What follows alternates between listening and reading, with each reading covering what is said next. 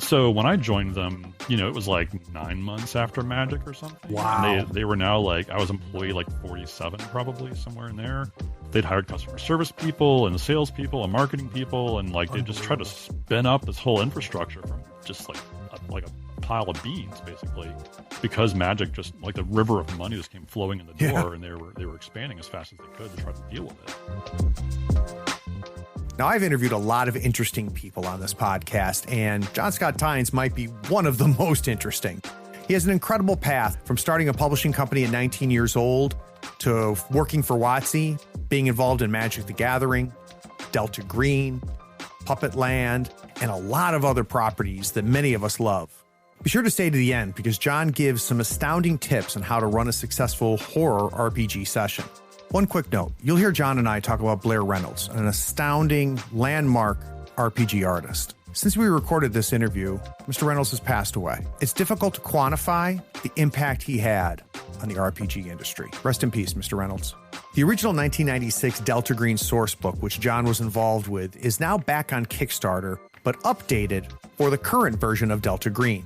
It's the Delta Green Conspiracy. Depending on when you listen to this, that Kickstarter could be still active. They've unlocked a ton of stretch goals. The link to it's in the show notes. But right now, I'd like you to sit back, relax, and enjoy my time with John. Third Floor Wars delivers interviews, insights, and discussions about everything hitting the tabletop. Rulebooks, plastic models, dice, and cards in hand. Let the gaming begin. Tabletop games let you escape and unleash grand battles and regale epic tales of adventure with your friends. If you love gaming and learning from players, designers, experts, and creators, you are in the right place. Pull up a chair. Craig and Ray welcome you to the third floor and the Tabletop Talk Podcast.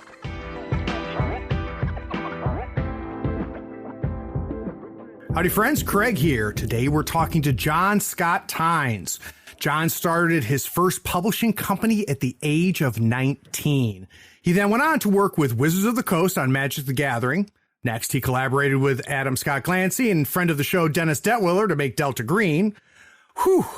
He still pushes out new RPG content while working again with Wizards of the Coast as their video game design director. Now, I skipped several things in his career, so this is not a 2-hour intro. John has been everywhere, and his fingerprints are on mountains of video games as well as role-playing creations. So, John, welcome to the third floor. Thanks, Craig. Glad to be here. Boy, that took me forever to get through, man. You've been busy. Well, I got started early, so. You sure did. You sure did. It's been a while. So let's go before John starts his own company at 19. Let's talk about you discovering tabletop games. When did you learn that you could roll dice and pretend to be other people? And wow, great question. So I was probably like 10, 11, somewhere in there. I'm not exactly sure. A friend of mine down the street who was a couple years older than me had been playing D&D, and this is a D&D first edition. This would have been like circa 1982, I would guess, something like that. So he introduced me to D&D, and we began playing, and I loved it. I had a great time. And those first several years of tabletop gaming were really just two of us. So we'd just swap off, one DM, one player. That was it. We'd never have a group or anything. So it was all just these kind of one-on-one adventures. And we played Sinister Secret of Saltmarsh. We played all kinds of early D&D modules, as well as stuff from Dragon Magazine over time. Sure. Stuff we made up as well. And in high school, I got into a couple of different regular D&D groups, different times, and I ran a campaign for a while for friends of mine. So I was doing traditional, group-based D&D there for a number of years. And somewhere in there, I think still in the one-on-one days, I had branched out of D&D and was also playing Chill. Oh God, that brings back memories. Yeah, Pacesetter's early horror RPG, which was fun in part because they kind of supported officially, at least, like Victorian London, basically, or Victorian era and modern day play. And they had a great secret organization backgrounds that kind of explained like who you were and why you were together and how you could hunt monsters and all that kind of stuff. A lot of which definitely inspired, or influenced Delta Green and Golden Dawn. I never made that connection, but sure, that makes a ton of sense. Oh, yeah. Yeah, Save was the group in Chill. Yeah. And it was really cool. Like their lore for Save was really neat. Had a lot of fun kind of, secret history stuff going on. And so I really loved it. Well, and it gave you it simplified the why are we here question, right? which of course it happens with Delta Green as well. The one thing I'd be curious about that, John, hearing that story is, and I don't know if you can go back this far in your head, but going from the one-on-one, two kids just figuring it out and have a good time into, wow, there's more people and I'm playing with, 3 or 4 or 5 people. Was there a huge adjustment there? Did you like go, holy crap, we've been playing this wrong? Or was that an event, or did you just slide right in and we just kept doing it? I think I played in a group before I ran for a group, I think is how it went. Because I think I first joined a campaign that some slightly older kids in high school were running, some friends of mine. And then they all graduated because they were a couple years ahead of me, and left town for college and stuff. And so I began running a campaign for people who were my age or even a year or two younger. And so in the high school, for a couple of years, I was the president of the science fiction club in our high school because nerds. And so for those listening, John and I are old enough that it wasn't cool back then. It might be cool now, but it wasn't cool back then. Desperately uncool. Yeah, no, we built up like a library of books that we had like in one of the classrooms. You could check out sci-fi and fantasy books, and you could write little book reviews. And and then we began doing like a monthly movie night at my house that I would host, and we'd come over and watch goofy like sci-fi fantasy movies. So we watched, because at that point I was going to conventions, so I could get bootlegs of stuff like Heavy Metal or Fire and Ice. We just watched dopey 80s sci-fi fantasy movies. So it was all fun, but that was the group that we were playing D&D with, was kind of that group. And so I ran a whole campaign for them that I think that was pretty much all homebrew, as I recall. I remember I spent several like math classes ignoring the teacher and just drawing like this massive city on graph paper, because it had it was like a hexagon shaped city. It was like 12 pieces of graph paper I taped together. So I just like unfold this thing on my desk and just draw neighborhoods in class because I just didn't give a crap. Yeah. So. No, I'm with you. That's funny. Oh, that's great. Now, so if adult John thinks and looks back at teenage John, what do you think? I mean, boy, you caught the bug. You made a living at it, right? But if you go back and say, what was it that made this that hooked you in so young and made you say, you know what, I really love this? I already was playing like war games and strategy games a little bit, even as a kid, because my dad played war games with his friends. Gotcha. And so he was familiar with kind of the early 70s, mid 70s era, like SPI and companies like that, Avalon Hill and whatnot. So he knew some of that stuff. And a friend of his, a guy named Nolan Bond, he had friends at like SPI and Yaquento. And so my dad and Nolan actually worked at Gen Con one year in like 1978 or Isn't so. That something? They were like booth weasels, as we call them. Volunteers who just like came and worked behind the booth and got some free product and a place to crash. So he came back from Gen Con with just like the stack of games that I was just like, holy God, this is amazing. And it was he had a whole set of the, I think it was SPI that did the album games. They're like a record album basically with like a set of miniatures, counters and maps and stuff. Yeah, little chits. Yeah, little cardboard chits. Yeah. Yeah, there was like a swashbuckling one. There was like a dungeon crawl one called Hero and some other stuff like that. So I was playing those things with my dad. So when D&D showed up, I was already kind of in the mindset. And as a kid, I actually designed some games. I designed a Lord of the Rings sort of strategy game where you had to it was like a quest thing. You had to travel across Middle Earth and bring the ring to Mordor. I did some kind of war game with like little chits I drew and big poster board maps I drew on and cut apart and so forth. And so I was really into making my own games, making my own adventures, running my own stuff. I was very homebrew focused because like I was a kid, I had no money, I couldn't buy adventures, and back in those days you couldn't steal them off the internet. So I remember a friend of mine had a copy of Tomb of Horrors, which I was obsessed with. Oh, yeah. And I wanted it so bad, but I had no money to buy it with. And so I used my dad's typewriter and actually just began like transcribing the entire text of the module. Isn't that something? Like, typing on this manual typewriter. Because I'm like, I loved it so much. I had to have a copy of it and I had no way to buy it. Well, and eventually, stuff comes out of print and you hear about stuff and it's just like, if it's out of print, you're out of luck. I mean, I was regulated to my Walden Books. If Walden Books didn't have it on the shelf, then I didn't know it existed, Luckily they had Dragon Magazine, so that got me through the hard times. Yeah, we had a toy and hobby shop at the mall, actually. Nice. And they had it was a full line toy store, but they had a big section for model kits and railroad stuff, and they had like a little hobby game niche with war games and RPGs and stuff. And I did see, I remember seeing Call of Cthulhu in that store. And being interested in it because I had read some Lovecraft around that time. My parents had some of his books in our library. But I didn't buy it. I didn't have it. I didn't play it. It wasn't until I got to college really that I got to play Call of Cthulhu. So until then it was pretty much all D&D, fair amount of top secrets, some chill, kind of all that sort of stuff. So it sounds like you have a little genetic component there. I'd be curious to know how much shepherding your dad did for you, beyond high school. As you started becoming a creator and things like that, is your dad just sitting back and going, "That's awesome," or "I have no idea what role-playing games are, I'm going to move my chits around"? Or yeah, well, my dad kind of burned out on wargaming. I think it was after some particular session where I remember he described they were playing North Africa campaign or one of those kind of things. And he'd lined up all of his forces and had this major offense ready to go. And then just the dice just crapped out. It all fell apart. He was decimated.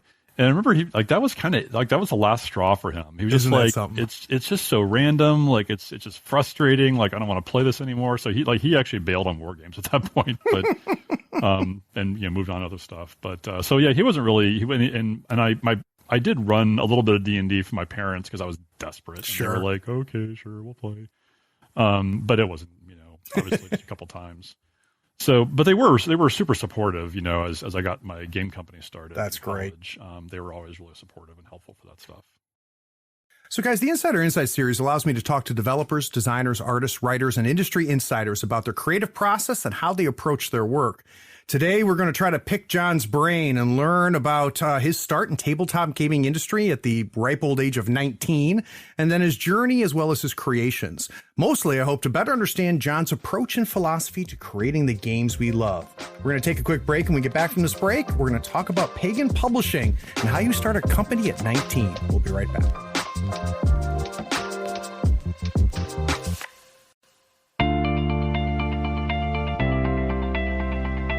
Right now is the part of many podcasts where someone comes on, interrupts the show, and explains that you should consider paying for the content you're already getting for free.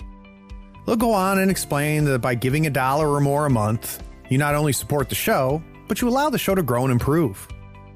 Here on the third floor, we commit to not interrupting your episode of Tabletop Talk with such a plea. We pledge not to run a spot asking you to go to patreon.com and give $1 or more a month.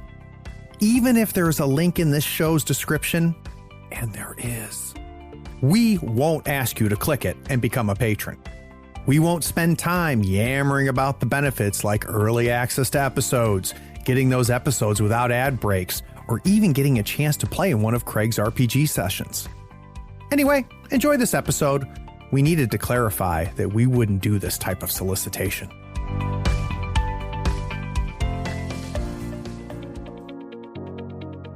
Time to give a quick shout out to our most recent patrons.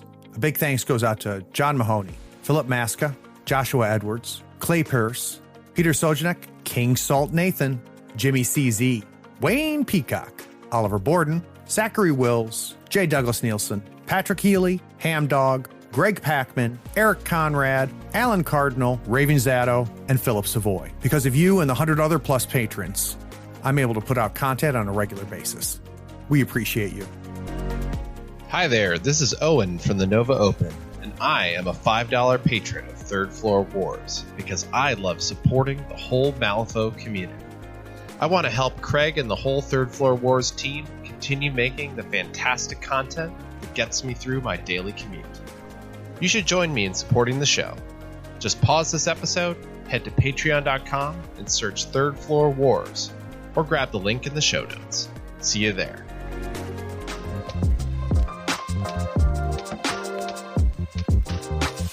So usually, John, when I have these interviews and we kind of do the first segment, I talk about how I got into gaming and, you discovered this game and that game. And usually it runs up till like late 20s, early 30s, maybe mid 30s before we start talking about a career in gaming.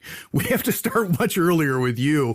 So where does Pagan Publishing come from? Where did you decide that was going to be a thing?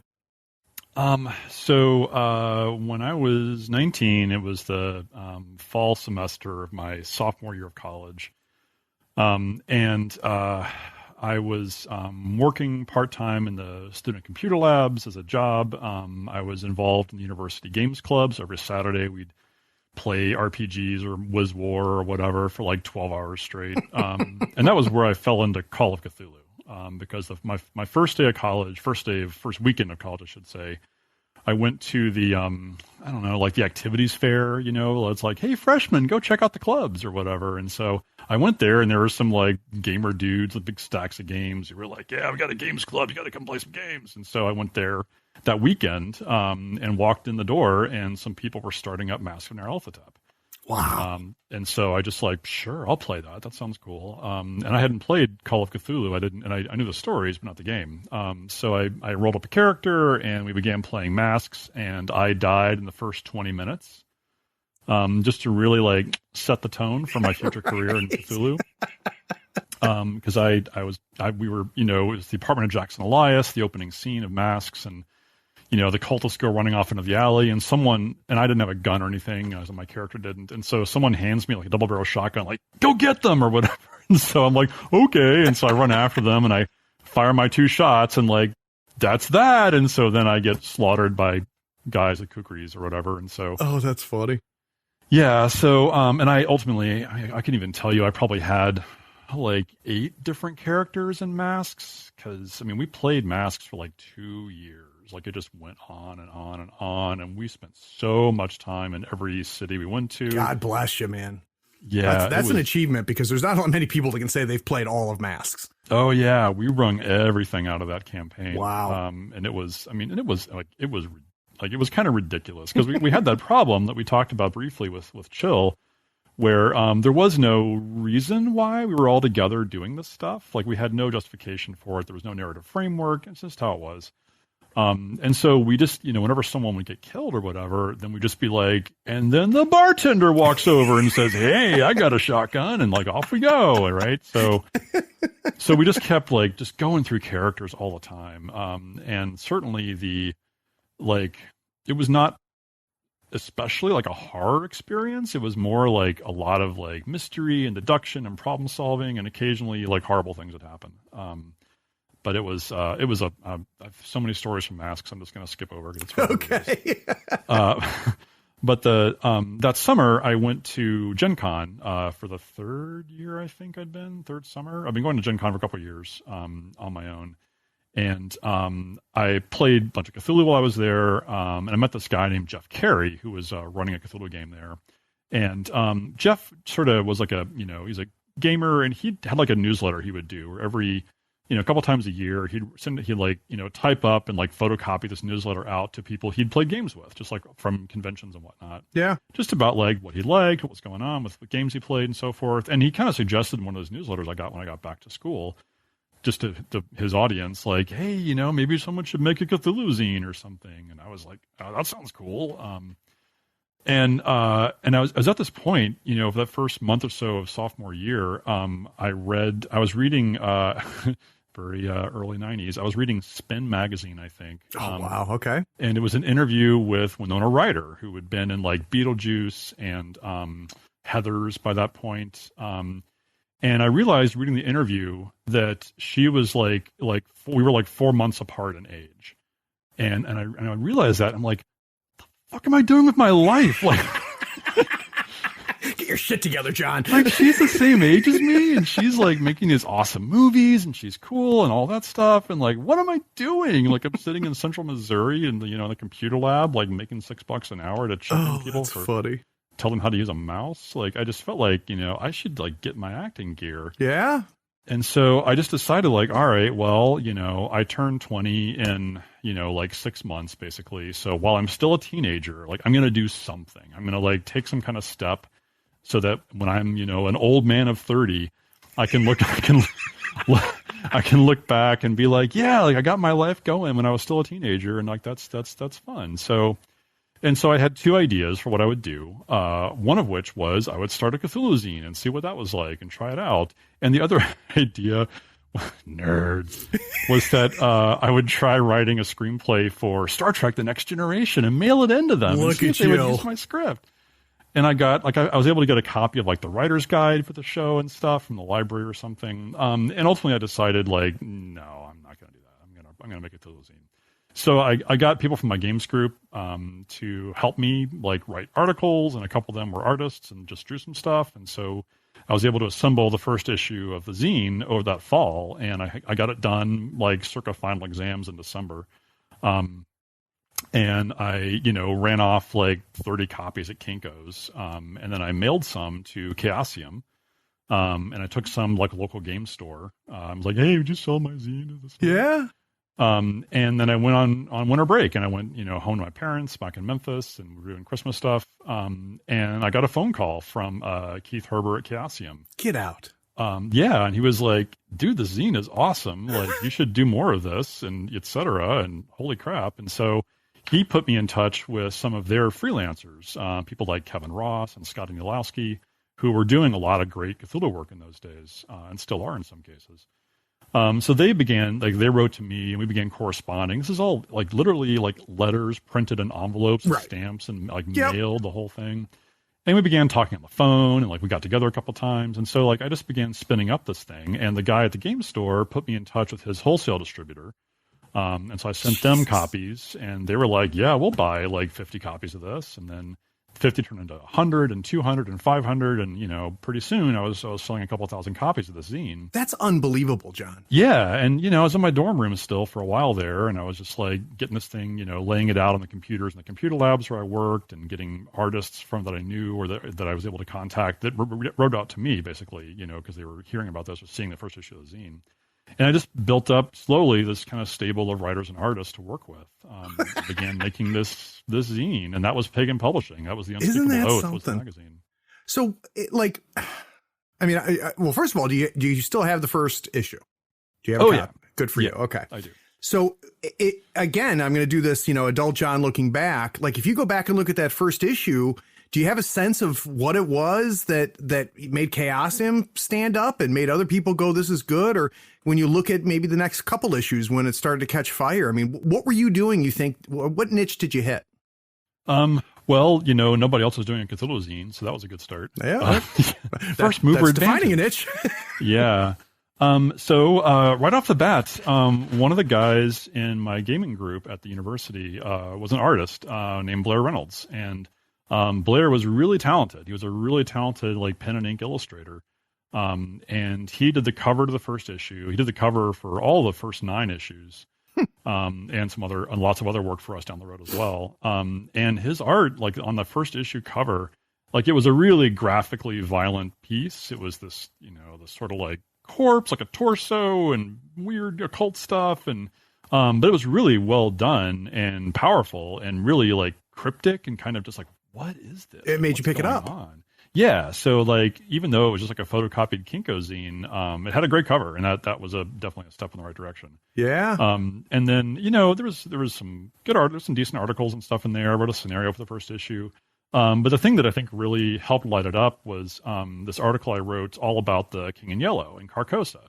And it was sort of, as I'd read The King in Yellow by this point, the short stories, and Kevin Ross had done this adventure called Tell Me, Have You Seen the Yellow Sign, which Chaosium had published in the Great Old Ones anthology. And it was a King in Yellow adventure set in New Orleans during Mardi Gras.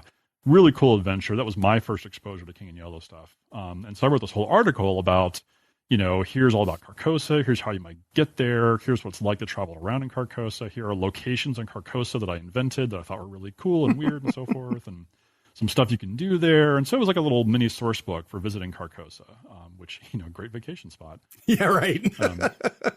And that article, I think, is what really caught Chaosium's attention. Got it. Because it was like they hadn't seen anything like that before, and it was, new and different, and it was well written or whatever. So they liked it a lot. And that really helped, I think, to just kind of set a basic quality bar for the what we were doing in general. And the art on the cover and Blair's other art also just kind of set us up with like a little bit of like edginess, I guess you could say. And certainly that was fine by me. Like I had no problem dealing with weird occult sinister stuff. Like that was all bread and butter for Call of Cthulhu, right? Yeah. So yeah, I think those are kind of the ingredients that got it going. And then I just kept at it. I did a second issue my second semester and just kind of did more stuff over time and began doing adventures and campaigns and other T-shirts and so forth. It just kind of kept growing. So there's people listening that are like, holy crap, I bet that was the coolest thing ever. But I would also imagine it became work at some point, right? And was there times where you're like, this was the dumbest idea ever? Why did I even start this? Not really. I mean, because the thing is that, after, because that was sophomore year, by the time I graduated college, I did graduate college, I got my degree, but I didn't give a crap anymore. I finished my degree, yeah, okay, great. All right. I got a degree, but I was running Pagan all the time. That's what I was doing. And by then, I was renting a house and I had 3 or 4 roommates, housemates, and we were all doing Pagan together. Because Dennis Detweiler was one of them. And there was a whole crew of us and we were doing Pagan stuff. We were making books left and right. We were going to conventions and running demo games. And so that was my job, was running Pagan. And so by the time I graduated, I didn't care about getting a degree, going off into a normal career or whatever. And in fact, it's ridiculous, but after I graduated, I wanted to keep my job at the computer labs because that's what I was using to pay the rent. Right. Because Pagan didn't pay crap. And so to keep my job at the computer labs, I had to still be a student. And so that first semester after graduation, I decided to audit racquetball.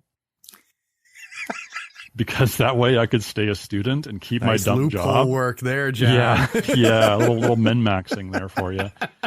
So I audited racquetball, and that let me stay a student and keep my stupid job, and then I could pay the rent, and then I could do Pagan. And so that was really my focus, was that. So how does Dennis come into the fold? You mentioned, he became part of helping out with the magazine. How did you guys end up connecting? So he, I think he can tell a story better than I can, but he saw the first or second issue or something. A friend of his had bought it at a game store in New York City, I think at the Complete Strategist. And Dennis was 19 and going to art school at the School of Visual Arts in New York. So he was an artist and young artist. And I remember him telling me some friend of his had The Oath, they were reading The Unspeakable Oath, and yeah, it's a new Cthulhu zine or something. And Dennis said he just reached over and grabbed it from his friend's hand and yanked it. And I think he even ripped the cover. He was like, "Give me that!" Just very believable. Yeah. And so he, I can't remember if he called or wrote first, but he sent me some art samples and was like, "I want to draw for your zine." And so he did. So his art appeared in a really early issue, issue 3 or something. No kidding. Yeah, so at first he was doing artwork remotely, just sending me stuff for the magazine. And whenever I was doing a new issue, I would send out copies of the article to an artist and ask them to draw this stuff. And so Dennis began doing artwork for us. And then he kind of wrapped up college and was like, "Hey, can I come live with you?" And, and I was like, "That sounds great. Sure. That's safe." Person I don't really know from New York. Yeah. And honestly, I can't remember the timeline. Maybe we had met at Gen Con in between. I forget. Sure. But so Dennis moved out to Missouri, where I still was. I was still in school. And he moved into the house with us and began doing artwork and kind of serving as like our art director. And there's no salary. Like we're just, like he was living off of, I don't even remember what, like savings, or like he freelanced for us. He was doing some stuff here and there. Yeah. So we were just like scraping it together and just like living in the place that we referred to as the frat house for serial killers. Because it was like that. It was just, just a house full of people who were really into like horror movies and weird stuff and occult craziness and so on. And one of my housemates, I remember, proposed that like the name of our house should be Massacre House, because then when one of us loses it and kills everyone, they'll call it the Massacre House Massacre. He thinks ahead. Yeah. Oh, yeah. So you're like, yeah, it's a shame you got to move out now, buddy. I was a good talk. That's funny. Yeah. So what's next? So you guys are in the Massacre House. You're pushing out this magazine, barely paying the rent, eating stuff out of a can, I would imagine. What happens next? So after graduation, I was still doing Pagan, working at the computer lab, auditing a class every semester to stay afloat. And we were going to conventions regularly. And at one of these conventions, I met Jonathan Tweet, who at the time had done the Over the Edge role-playing game. He'd done Ars Magica at what eventually was White Wolf down the road, Lion Rampant originally. And Jonathan and I really hit it off, and we're on the very similar wavelength. And so he asked me soon afterwards, I think, after that convention, he told me that he was going to Wizard of the Coast in Seattle, and he was going to go there and be their RPG guy because they had done Magic, and Magic had just come out like the previous summer and had exploded. And so they had no time to do any RPG stuff, and they hired Jonathan to come out and be like their RPG guy. They had Talislanta they'd picked up along the way. And they eventually picked up Ars Magica for a while. And so Jonathan was heading out there, relocating to Seattle. And he was looking for a second person to go with him, to hire as his like lieutenant for RPG stuff. And he asked me, like, do you have any recommendations you should talk to? And I thought about it, and I thought, I want that job. That sounds cool. I hate starving. Yeah. And so I talked to Jonathan, and then I interviewed with Wizards, and they were like, yeah, sure, we'll hire you. We're crazy. And so they hired me to go to Seattle. And so I went to the rest of the Pagan guys and was like, I've got this job in Seattle, and if you'll come with me, like, I'll use the job to pay rent and utilities for a house we can all live in, and you can come with me, and we'll keep doing Pagan. Like, I can't feed you all, but I can, like, you can give you a place to crash and live. And so a bunch of us like packed up a giant moving truck, and we, like 5 of us, I think, all moved out to Seattle together. Isn't that something? Yeah. So Wizards paycheck covered the rent for us. And then I went to my job 5 days a week and did stuff at Wizards. And then I came home every night and worked on Pagan stuff, and they were there doing Pagan stuff. And one of the guys got a job he had already been working at Target. So he transferred to a Target in Seattle. And so he and I were like the breadwinners. Mom and dad. Yeah. To keep this ridiculous proposition afloat. And by then, Dennis was he began doing artwork for Magic cards for WotC. And so like he was making some money early on. And so we all moved out to Seattle, and did that whole thing. And that's how I got to here and, got kind of more of a semi-stable career going, I guess. So that was in spring of 94, was when we moved out there. So when you look back at your time with Wizards, is there things that you look back and go, this is something I'm proud of. This is, I feel like my fingerprints are here, or was it just a paycheck, or did you think you were doing good stuff and you look back on it now and it wasn't that good? Or how do you look back at that time at Wizards? Well, first of all, like that time at Wizards was just crazy. I mean, because like no one knew what they were doing, right? Like this was all, the founders of the company, Peter and Lisa and other folks who were there early on, Peter, the founder, of course, they've been doing this for a few years with their kind of like little indie RPG stuff they were doing. They did the Primal Order, which was like a cap system for religions and role-playing games, kind of like a, cross-game supplement. And they had picked up Talislanta, which had been dropped by its previous publisher. And so they were just doing this and that. But, it wasn't like a career. Like they were just kind of like matched like we were, just kind of patching it together out of Peter's basement. And because Peter worked at Boeing at the time. I don't think I knew that. Yeah, he was like an engineer or something there, some kind of something or other.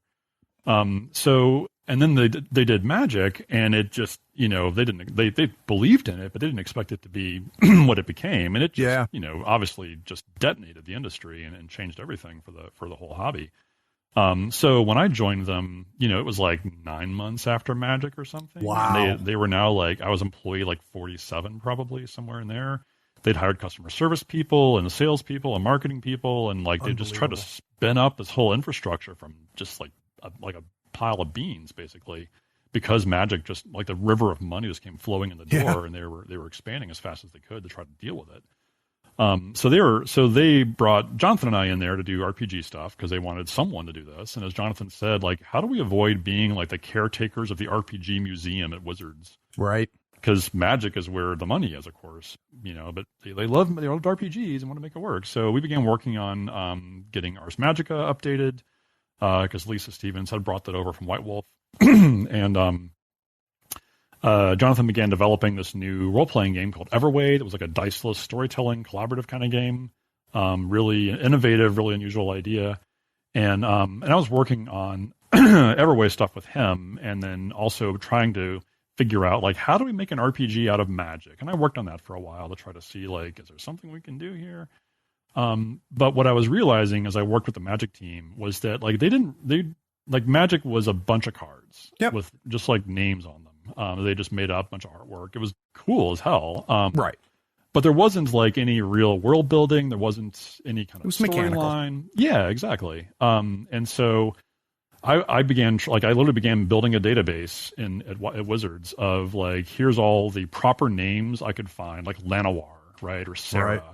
All the things they mentioned on cards. I began building a database of that stuff and trying to just kind of, like, piece together some kind of context in which an RPG might happen. Yep. At the same time, like, they were getting licensing deals for comic books from Magic, from Acclaim Comics, video games, both with Acclaim and with Microprose. And these licensees were, doing these Magic stuff, like narrative things, like video game quests and comic book stories. And they had all kinds of questions about the Magic IP, which did not have answers because there was no IP, right? Yeah. So I realized, like, there's a lot that needs to happen here to support Magic and support transmedia. We didn't call it that back then, but, like, support this transmedia stuff. And so I moved over to the Magic team and came on as their, I can't remember what my role. Oh, the role. I wrote the job description for what I called the Magic Continuity Coordinator, because there wasn't a name for, like, narrative design or world building. Like, it was just like, I'm a continuity I have databases. Coordinator. Yeah, exactly, right?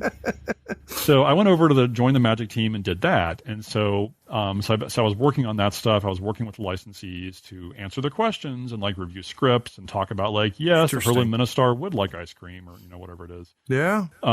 And somewhere in there, the Magic R&D folks came to me and were like, hey, like, we really hate writing flavor text. Could you write some flavor text for this set? Because, like, it just kills us, and we have no desire to write this flavor text.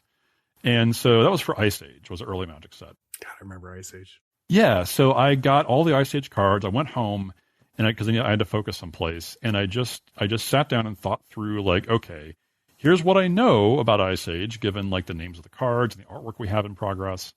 There's not a whole lot there. There's a few tidbits of, like, where this is or what's going on, but it was really vague. And historically, Magic flavor text at that point, a lot of it was, like, literally quotations from literature. And it was, if you had a copy of, like, Bartlett's Familiar Quotations, like, that's where Magic flavor text came from. If the card was like, Gloomy Forest or whatever, they'd look up, like, forest in the index and find some quotes about a forest and be like, that sounds good, and it'll fit on a card. Yeah, so we'll stick that on there. And I mean, and it was artful and it was evocative, like, it was cool. But I felt like that's such a missed opportunity. Like, we should be, like, building an IP out of this. We should be establishing characters. We should be establishing a context for all this stuff to happen in. So for Ice Age, what I did was I wanted every bit of flavor text on a card to be a quote from a character. Interesting. And so I made up characters just that weren't even on cards, because most of the cards didn't have, like, a named character. They might have, like a horny goblin or whatever it was. Right. But there wasn't, like, Jack Smith, wizard.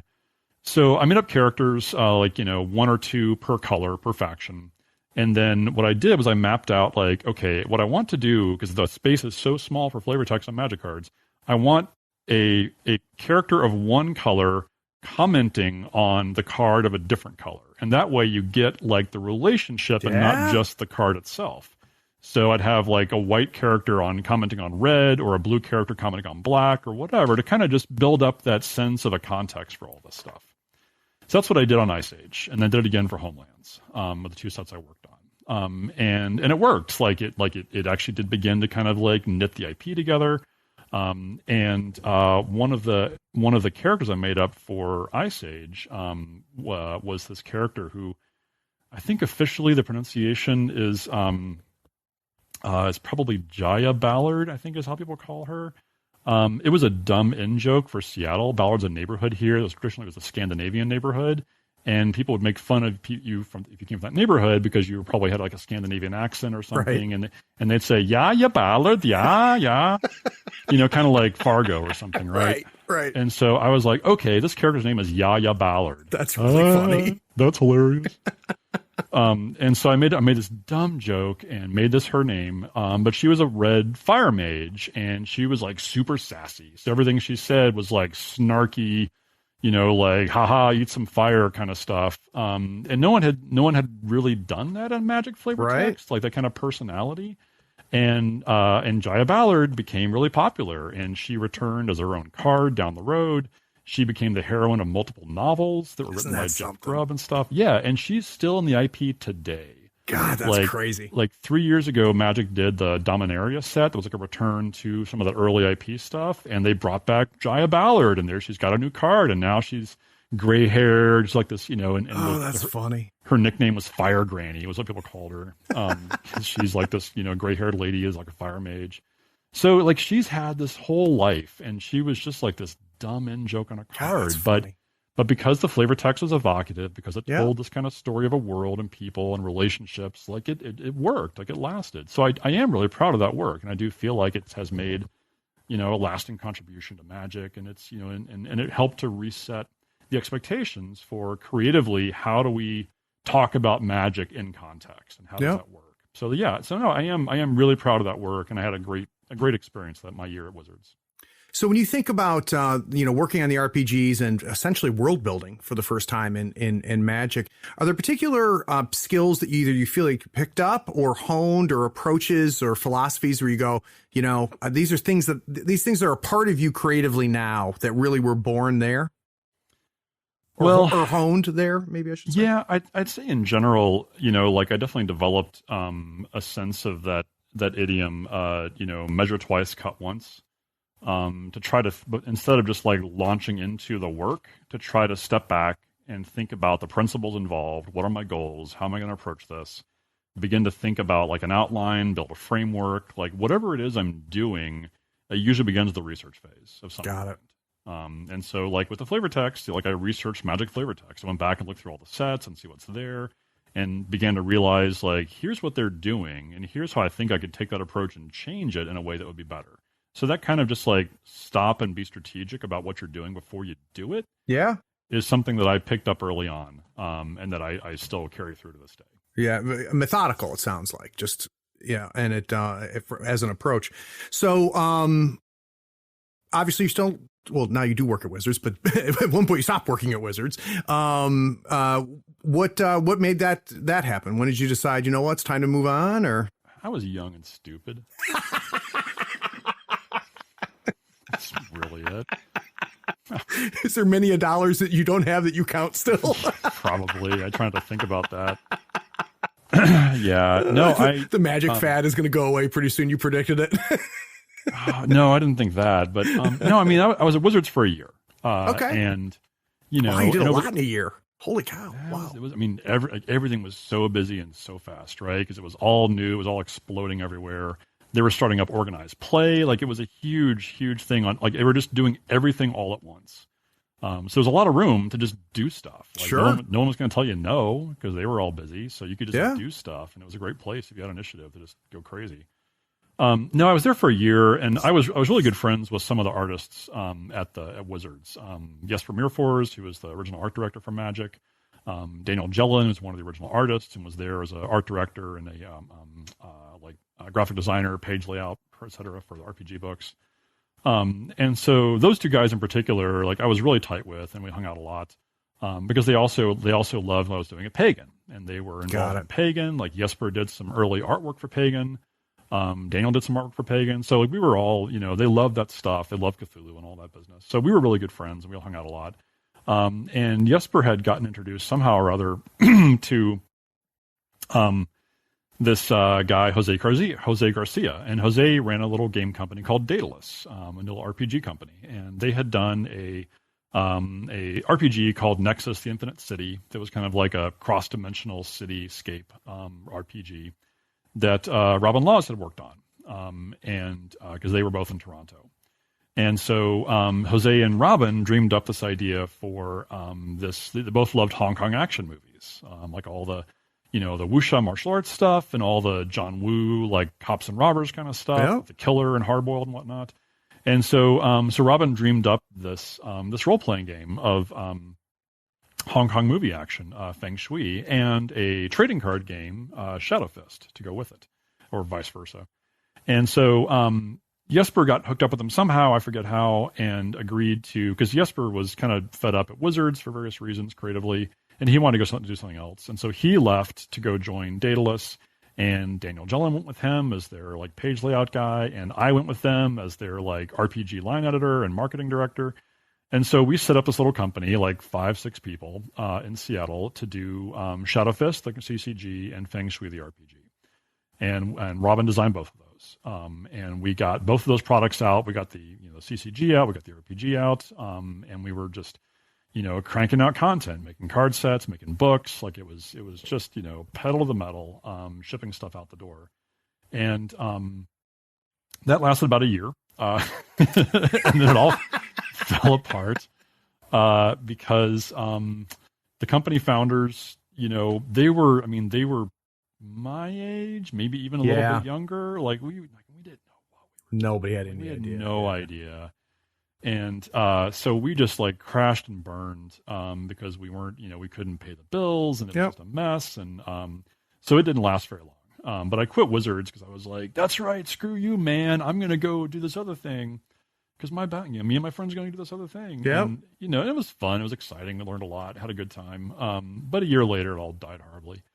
And so at that point, I just decided like, well, I've got Pagan. I was still running Pagan this entire time. Wow. And so I'm just going to do Pagan full time, and freelance. And so I just did that. So I was doing freelance work here and there to help pay the bills for other game companies, even just for like random graphic design projects for local companies, just whatever I could just to pay the rent. And we were all still living in a house together. Of course, by that point, I couldn't pay the bills anymore because I didn't have a job. But, we made it work. And by then, Pagan was like spinning up enough that we were making some money. And we never had salaries, but we could make enough doing work for the company, writing and artwork and so forth. So it was me, and it was Dennis and Brian Appleton and John Crow. And we were there doing stuff for Pagan. And that just became our full-time thing. We just cranked out Pagan stuff and freelance stuff as well. I worked for Steve Jackson Games. I worked on Anomine a bit, some of the just writing random adventures and stuff for Anomine. Yeah. I did some stuff for Over the Edge. And then later I spun up Unknown Armies and made that a whole product line at Atlas Games as a freelancer. But yeah, I just, after 96, I guess, I was just self-employed. And that stayed the case for about 6 years, I guess. Wow. I think I was self-employed. No health insurance, no actual salary, right? No hourly anything, just like freelance project, this and that. But we made it work, and it was fun. Yeah. We had a good time. So if I were to pull out my copy of Feng Shui right now, the most recent iteration of it, would I see you in there at all? Do you feel like you had any involvement in some of the decisions there, or is there things that you learned being a part of that game? Because it's a very unique game. Yeah, I mean, the game is 100% Robin's. Like it's his baby. And when I joined Daedalus, like I think, we watched a bunch of Hong Kong movies to kind of catch up because I'd never seen those stuff. I'd never heard of this stuff. But they were like, you got to check this out, watch these movies. And so we rented a whole bunch of movies. You're watching these things, and they were jaw dropping and amazing. Awesome. Yeah. So what I did on Feng Shui, like the core rule book, I edited that and developed it to some extent. But mainly what I did was the supplements. So at Daedalus, we shipped like 4 or 5 like source books, adventures, etc. That came out in that first year or so. And so that's what I was doing. I was really wrangling the freelancers, commissioning adventures, commissioning source books, and then developing that text, working with the writers, and then getting it off to Daniel to lay out the books and art direct, the illustrations, and so on. That's what I was doing. So that stuff, like Thorns of the Lotus and Back for Seconds and those books that came out in those days, like I was really the lead line editor basically for all those books. So when you look back at it, John, I mean, were you just faking it till you make it through all of this? Or, I mean, did you think was there some inherent skill sets that you think that, allowed you to be a part of all of these different projects and have an impact on them? I mean, when you go back and look at it, is it just nobody called you on your bullshit or? Yeah. I mean, growing up, my parents were both college kids. They were, they read a lot. We had tons of library. We had tons of books in our house. Yeah. So I grew up in a very, literary is maybe the wrong word, but very reading household. Yep. And my parents had both done some like fiction writing when they were younger. And my mom still had a file of like rejection letters from like Isaac Asimov's magazine and, stuff like that. So, because they were into fantasy and sci-fi and that kind of thing back in those days in the 70s and 60s. So they knew about Robert Heinlein books and Asimov and all those guys. So I came from a very, literate household that way, and that certainly helped. Like I was really very solid. I've been writing my own fiction and stuff for years and my own adventures. So like I had that basic level of like language arts ability, I guess. But then like running a business, like dealing with wholesalers, doing printing, layout, graphic design, all that kind of stuff. Like I just learned it on the job. Like I just did it. And happily like I was there at the right time for like the desktop publishing revolution to happen back in the late 80s, early 90s. So I could just like go to the computer lab and lay out a book and ship it off to the printer and get books made. But it was, it was all just learning on the job, just figuring it out as I went. But I love trial by fire. Yeah. I mean, like I love learning new skills. I love mastering stuff. So it was super fun, to do all those things. And part of what I did over the years at Pagan, because there were like, I definitely burned out over time and I would just get like my eyes just bleed from editing, these like 200,000 word manuscripts and so on. But when I would get like burned out on one area, I would really double down on something else. So I would really get into like graphic design or page layout or typesetting or whatever. And then we got into like, let's do t-shirts, let's do art portfolios, let's do fiction, we'll do nonfiction. Like let's get into the book trade. Like there was always new things to learn. We set up a mail order business to sell our stuff directly to people. And we also began producing stuff just for mail order, like short run little booklets and stuff like that. And, or products that we couldn't wholesale. Like we worked with a lady in Wisconsin I met at Gen Con who was like a soft sculpture maker. And she came to our booth one day with this plush Cthulhu doll. And she was like, hey, I make these things. Would you like to have some to sell at your booth? And this is like, I don't know, like 91, 92 probably. Wow. And, and I was like, ew, plush Cthulhu's, that's for girls. Like I was such a dork. And like I just thought that was like, that trivializes the cosmic horror masterpiece of H.P. Lovecraft. Or whatever, if you read issue 44. Yeah, exactly. Yeah. So, but fortunately, I was lucky enough to have a girlfriend who was with me at the booth. And she was like, this is awesome. You should totally carry these plush Cthulhu dolls. People would love these. And I was like, what? But would they really love them? Like, it's Cthulhu. He's scary. And so I was like, okay, sure. Let's try it. We'll put some on our booth here and see if we can sell some this weekend at Gen Con. And the answer was like, yeah, we could sell a lot of those plush Cthulhu dolls. So that began a thing where every year at Gen Con, like she would show up the first morning of the show with just like these like trash bags full of plush Cthulhu dolls. Unbelievable. And she'd like drop them off and we would just like blow through them as fast as possible. And so that's where the plush Cthulhu thing came from, was like from her. It was her idea. It was her work. We just sold them. Isn't that something? Yeah. And so then once we got our mail order business going, we began selling plush Cthulhu's by mail, basically, or over the phone. And so then we would just order them from her. She'd ship us out, a box full of them every month or two. And we just like throw them out the door and they just kept selling and selling and selling. And so unbelievable. All that stuff, it was all just learning on the job. And it was a way to keep my interest engaged in every aspect of the project, of the work. So whenever I got tired of one thing, I could do something else for a while.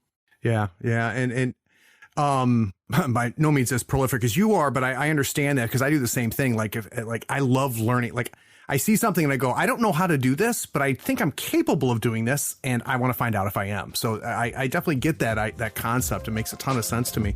So guys, we're going to take a quick break. When we get back from this break, we're going to talk about his decision to leave tabletop gaming. We'll be right back.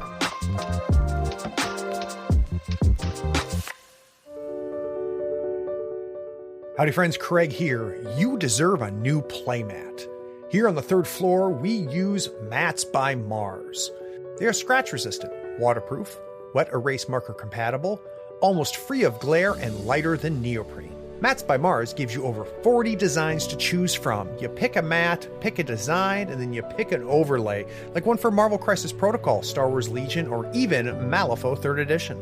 Those overlays will really speed up your deployment and make the placement of objective markers so easy.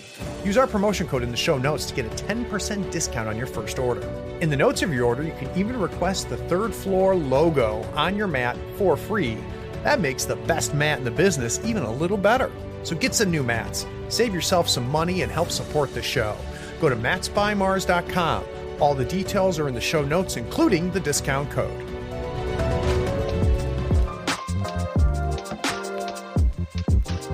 So we already know this because it happened. You decided to leave RPGs and you go into the video game business. Was that by luck? Was that by decision? Did you target it? Did you say I'm tired of this? What did that period of time of deciding to leave one industry and go to another look like? I was super burned out. By that time, like I was running Pagan pretty full time. And we had done, we did the Unspeakable Oath for years. We began doing campaign books and scenario books.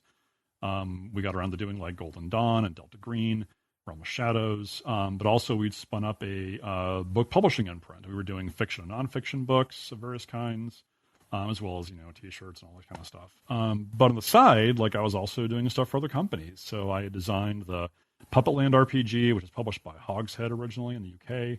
And then Greg Stoltz and I created the Unknown Armies role-playing game, and I and I pitched that to Atlas, and they picked it up. And so then I was the line editor for Unknown Armies, and that started in '99, I guess. Circa Delta Green Countdown. And so Unknown Armies was an entire product line, and I was cranking out, again, like with Feng Shui, source books, scenario anthologies, all that kind of stuff for it. And I was doing all of the graphic design, all the typesetting and layout and art direction. Like I did the entire product line myself with all the editing work and the freelancers. Like I did all of that while also running Pagan.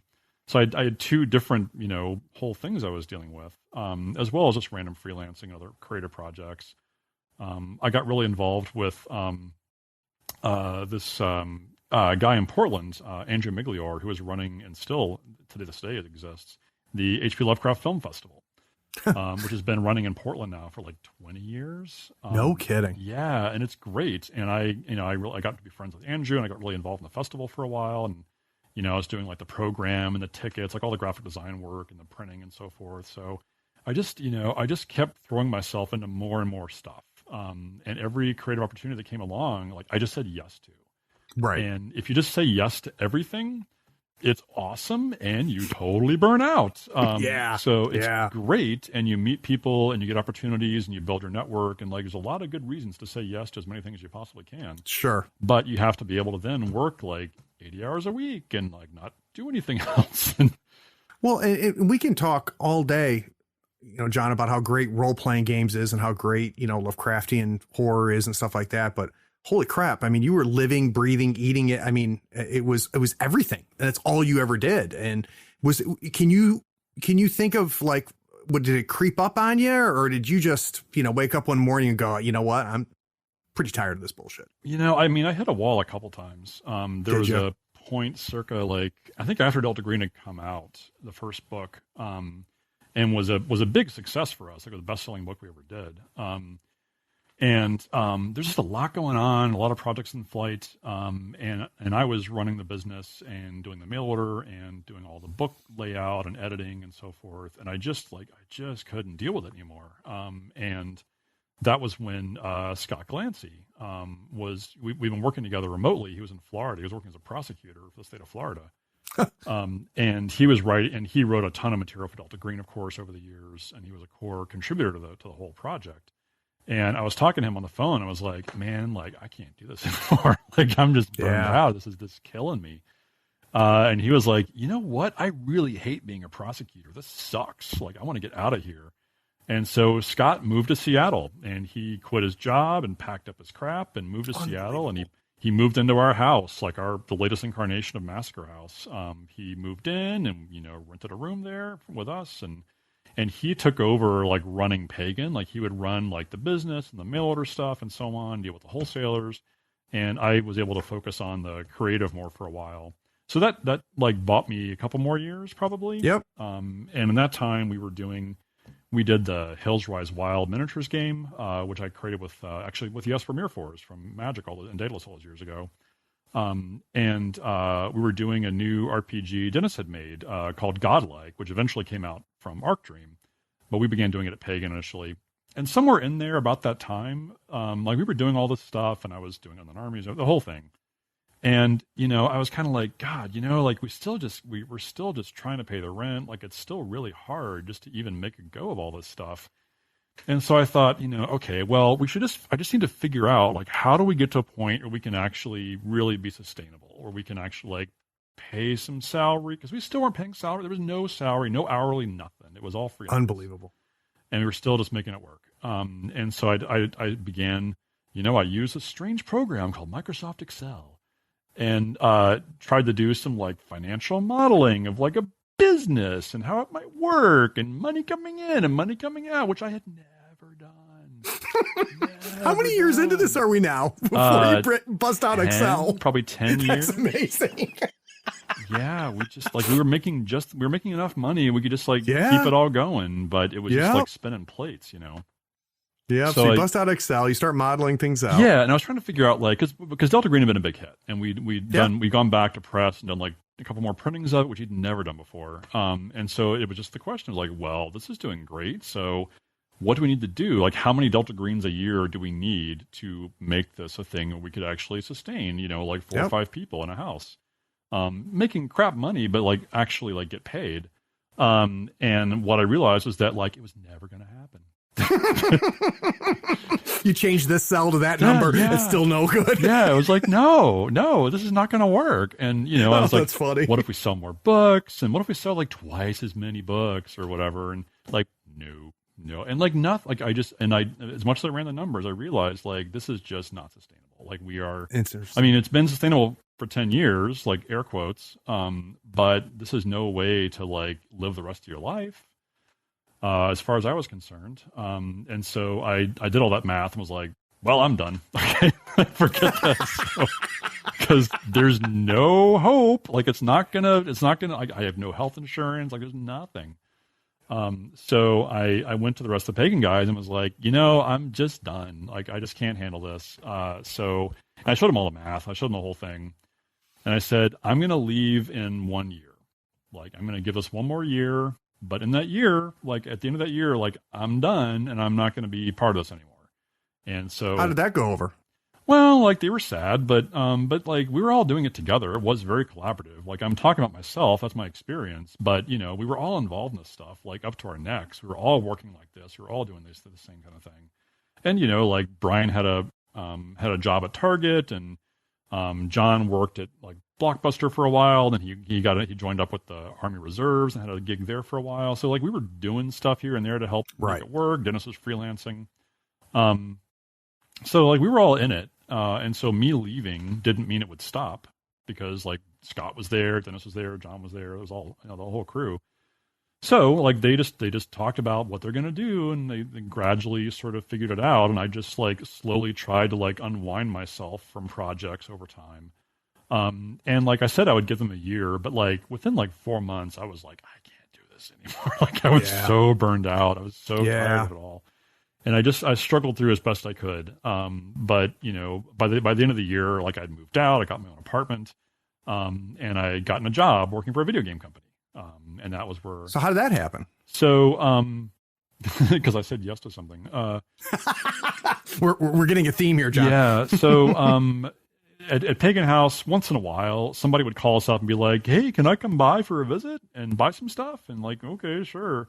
And they, and some random person would turn up our front door and want to like meet the Pagan guys, and and we did mail orders, so like we had stuff to sell, like they could buy books from us or plush Cthulhu's or whatever, and we could take their credit card, the whole thing, right? It wasn't like a store, but I mean, it was like a slovenly frat house pit, we were just like these scuzzy students, more or less. Like we weren't students anymore, but we were living lived like one, though.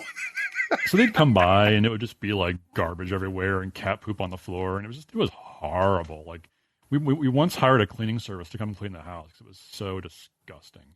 And they came out and they spent like a team of them spent like 5 hours. It was like a forensics like cleanup or something. Cannot even imagine. And afterwards they left and we paid them, and then the manager called and said like, "We're not coming back. We're good.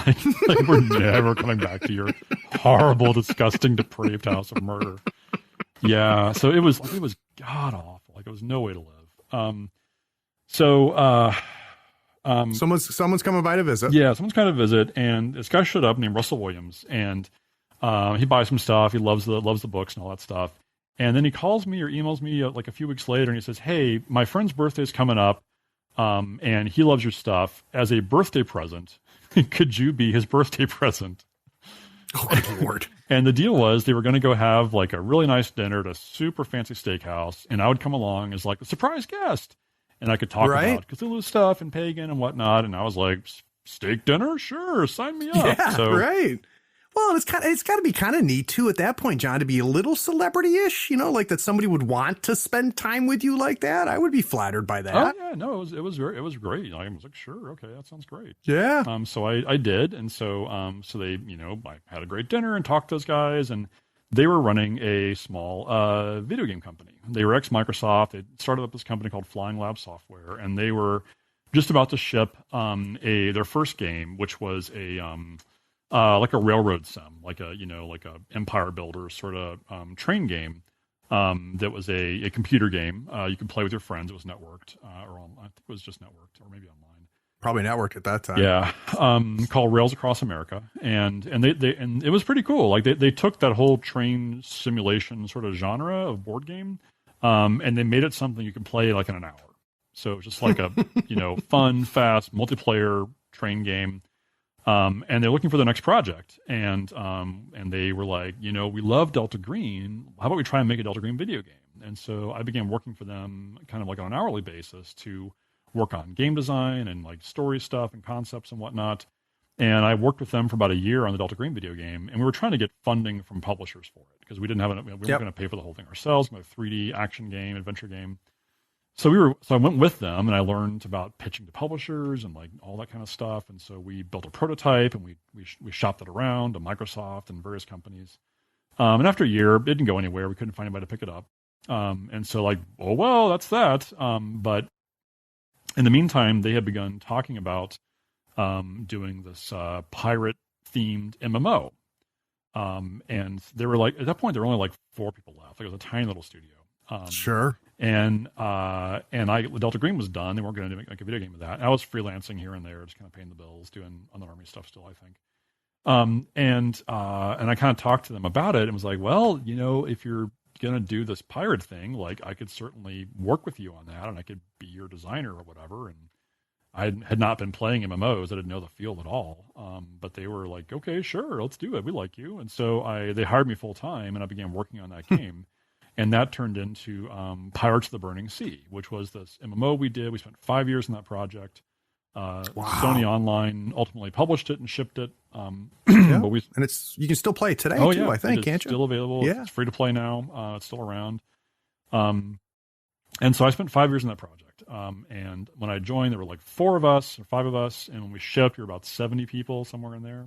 Are you kidding me? Yeah. Wow. So it just, built up over time. Yeah. So I got to learn how to make a game. Like that was like I got my master's degree in video gaming by being there for that whole 5-year process.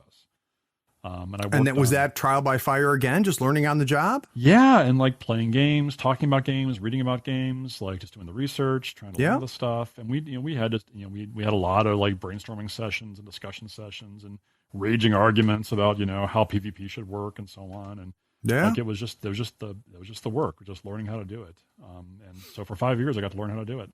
Very cool. Very, very cool. Now, was that the end of your time with video games, or did you do more after that? So we shipped Pirates, and then at that point I got married and we had a baby about the time we shipped the game. And I left Flying Lab and went to went to Microsoft because a old friend of mine there from Tabletop, Mitch Gittleman, had been at Microsoft for a few years because he had been part of FASA in Chicago. Mm-hmm. So FASA was Jordan Weissman's company that did BattleTech and Shadowrun. Yeah. And Mitch had worked on some RPG stuff, but he joined FASA because FASA was doing video games. And so they did some, like a BattleTech game and some other stuff like that. And Microsoft bought them. So FASA relocated to Microsoft in Seattle area. And they did like Crimson Skies. They did Mech Warrior, some stuff like that. So Mitch was there, and I knew him from way back when. And he was now working at Xbox, and specifically on Xbox Live Arcade, which at that time on the 360 was their downloadable games store. And they were funding first-party video games. They were like funding original downloadable games for Xbox Arcade.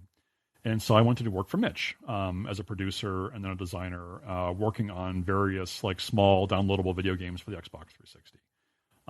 And that, I was at Microsoft for 8 years. I worked on video games for 5 of those, working on Xbox Live Arcade stuff. I worked on some Kinect stuff back when Kinect was getting going.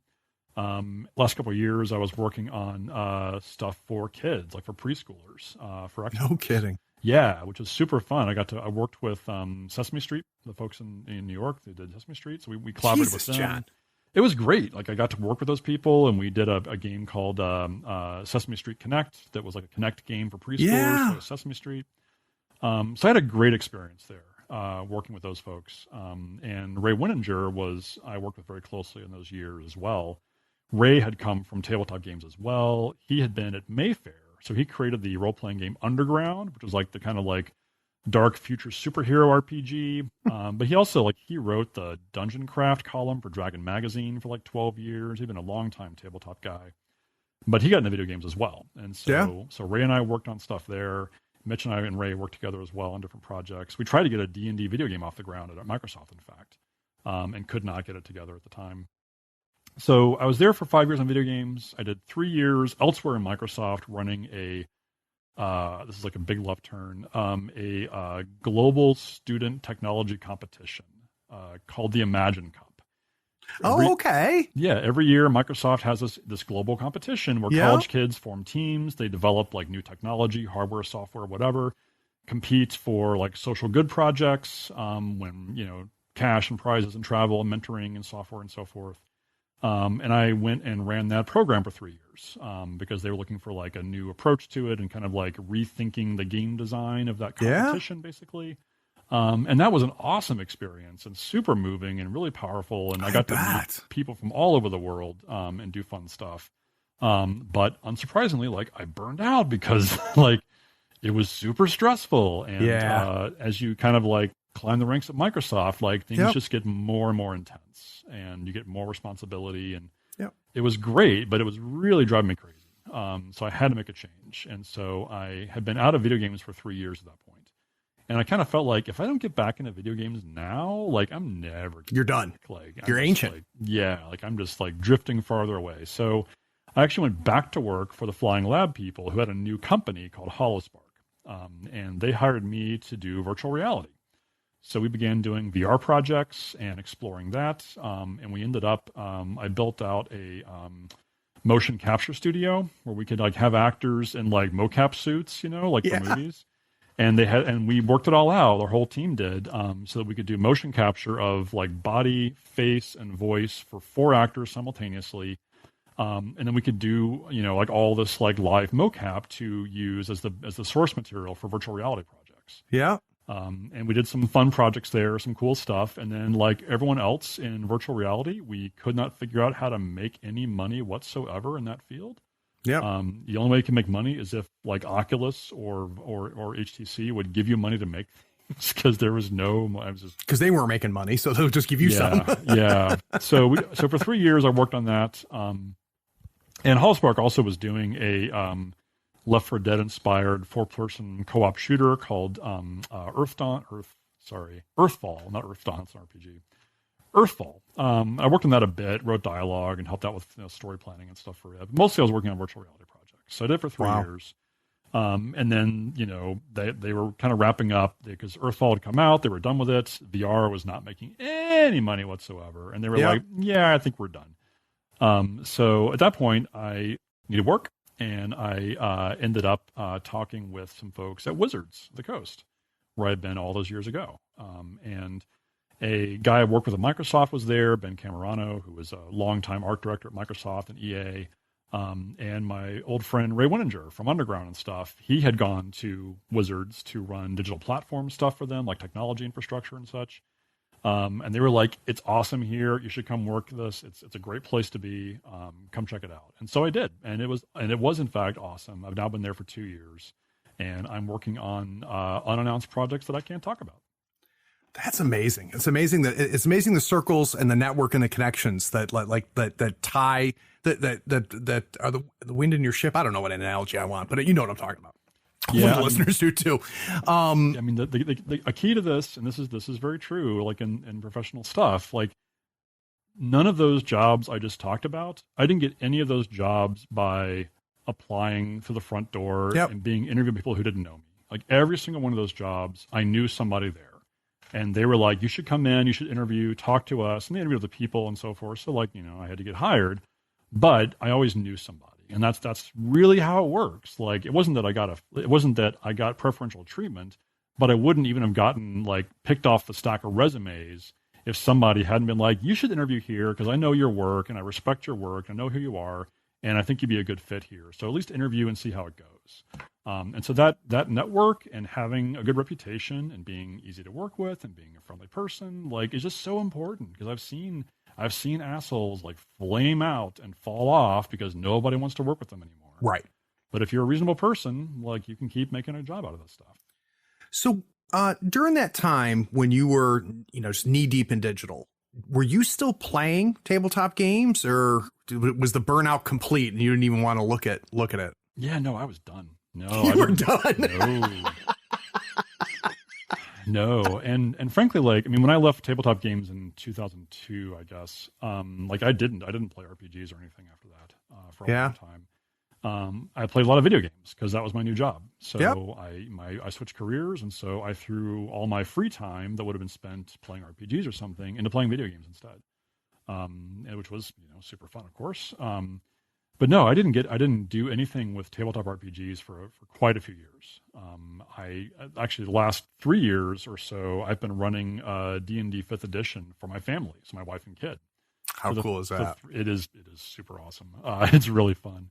So the three of us have been playing D&D together for a few years now, and we have a great time. It's really fun. That's been the most gaming I've done in a long time. Now, I've definitely been playing like other tabletop games, like board games, strategy games, Euro games, all that kind of good stuff. Because, over the years, we've seen like Catan and all these kind of games come up and be amazing. So I played a ton of that kind of stuff. But yeah, RPGs, I was so burned out. I just could not do it for a long time. Yeah, that's very understandable. So guys, we're going to take a quick break. When we come back from this break, I do want to talk a little bit more about Delta Green, Unknown Armies, and Puppetland. We'll be right back.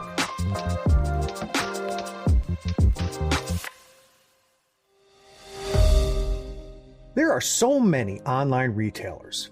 It can be hard to find one that is trustworthy, has great prices, along with some reliable customer service. On the third floor, we love ordering our gaming goodies from Gadzooks Gaming. Their selection of terrain, miniatures, dice, custom decor, and conversion bits are curated for gamers by gamers. You'll find they have what you need and what you didn't know you needed to take your gaming fun to the next level. If you mention Third Floor Wars in the cart notes of your order, you'll also get a free gift. And you'll help support the podcast.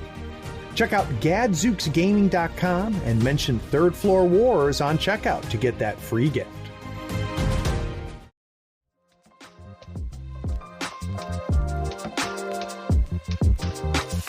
So we did the timeline. We did the career path. We know how we got from 19 Pagan Publishing up to today. But we kind of glossed over what I consider three big games. So if you don't mind, I'd like to go backwards. I want to talk about Delta Green. And for those listening that aren't familiar with it, that only know New Delta Green started off as a supplement to Call of Cthulhu. And I'd be curious to know, where that started. Like, where did the idea come from? And we already talked about Chill a little bit. Yeah, so Delta Green began even earlier than the supplement. It began in the pages of the zine, The Unspeakable Oath. I don't think I realized that. Yeah, so back circa like 1992, I think, in issue 7 of The Unspeakable Oath was where I introduced Delta Green. And so there was an article I wrote up that was like just setting up, like, what's this organization? How do they work? What's the deal? Your basic kind of profile, source book stuff. And then there was an adventure that I wrote called Convergence, which was the very first Delta Green adventure, which I had run for, my group at Pagan, our guys. And then we published in the magazine along with the source material. And that article and that adventure were really popular. People loved that stuff. And so we began to work on, like, let's build a whole source book about this stuff. And that's when Scott Clancy got involved as a freelancer working from Florida. And Dennis and I were really, working on it really deeply and together all the time. So over time, it took us 5 years, but we finally got the first Delta Green source book done with a campaign, an adventure, a couple of adventures, and a whole bunch of source material, and put that book out in 1997. And it was the most successful book Pagan ever did. Isn't that something? But all right, let's go way back then to the article. The first, like, where does it come from? Where does John sit down and go, all right, so, you can read Innsmouth, but here's what really happened. And, here's a way to play Cthulhu. Like, where does any of that come from? Well, it really goes back to when I was a kid, because my parents joined, like, circa Close Encounters of the Third Kind, like 1979, I think. Yeah. There was this whole wave of UFO stuff in America. It was just this trendy thing. It was really popular and curious and so forth. And had been, obviously there'd been UFO stuff going back to Mount Rainier in the 40s with Kenneth What's-His-Face. But that was sort of like when it took on a whole new pop culture currency. And my parents joined a UFO group in Memphis, where I grew up, called the Memphis Aerial Phenomenon Society, MAPS.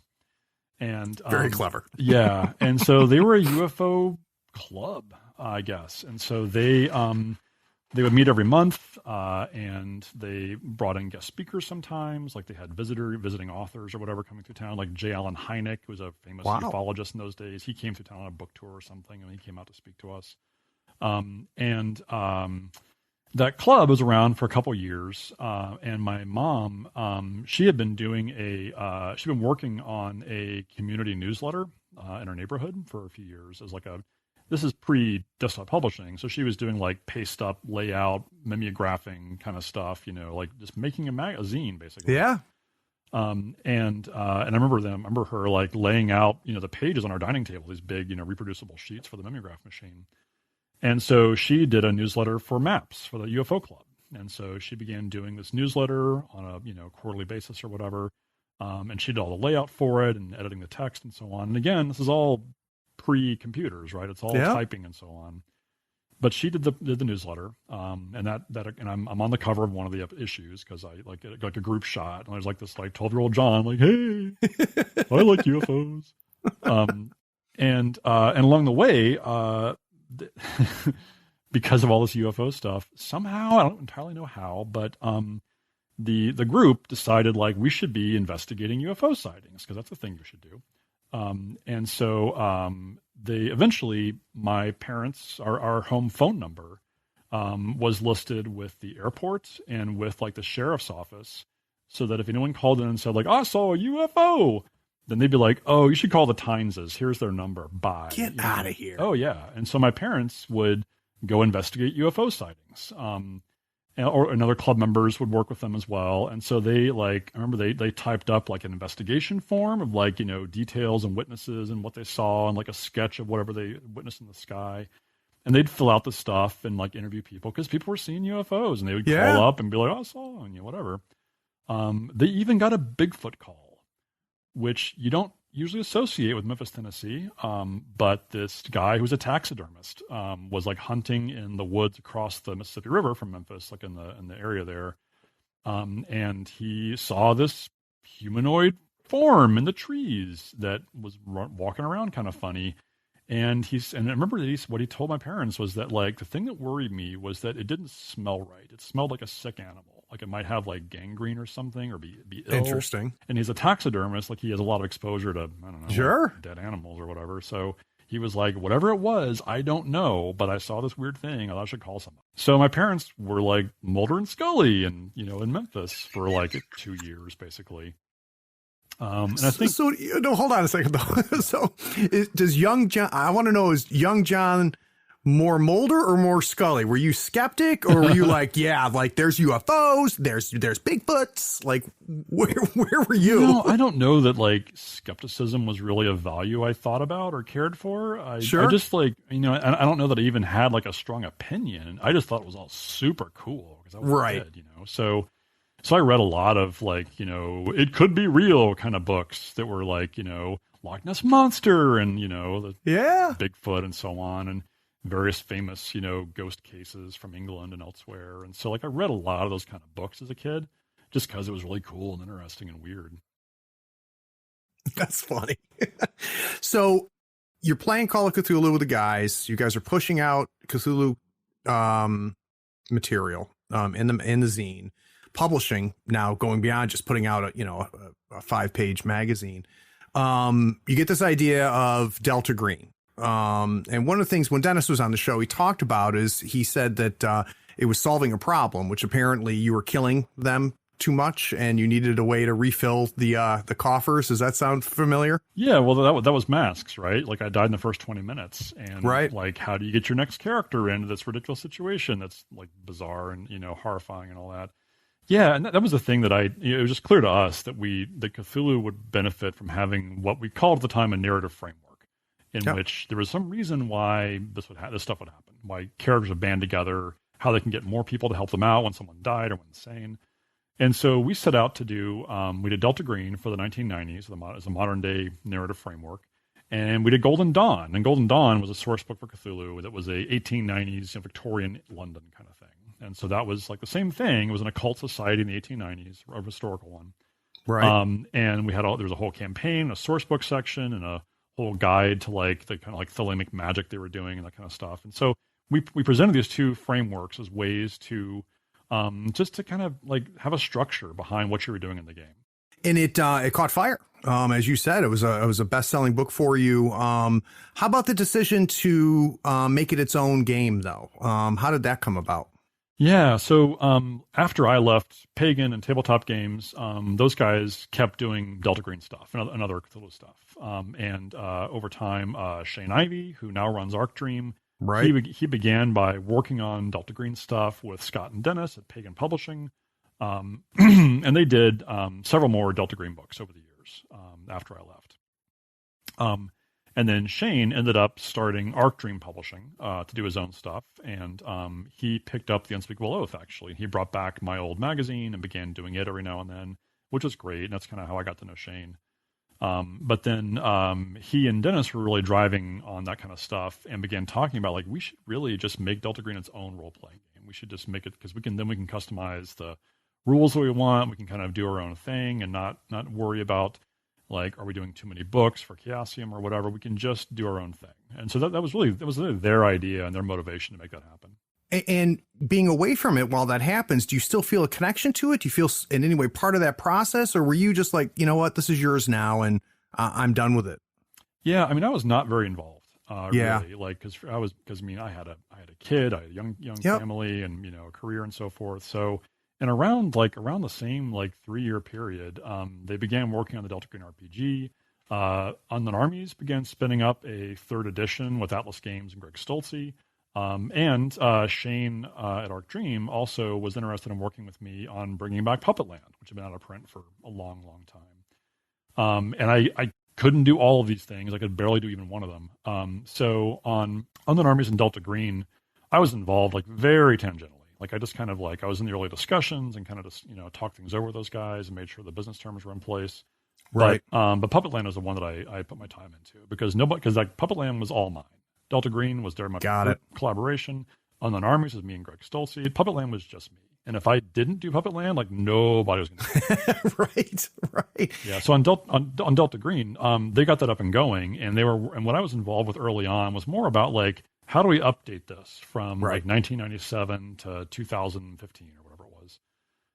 How do we show the organization has changed over time? Like what's the canon of what happened in those years?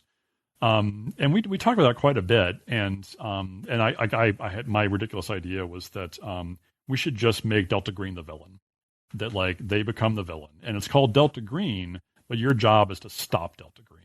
Interesting. They've now like become part of Majestic 12. Like they've been taken over basically, and that sort of ended up where we were today with Delta Green, where there's both the program and the Outlaws. And it's kind of two different visions of what they are. And as far as the Outlaws are concerned, the program is evil, right? And like, that's kind of how they see things. So I think they got it to a really good place, and that's what we ended up shipping was that approach.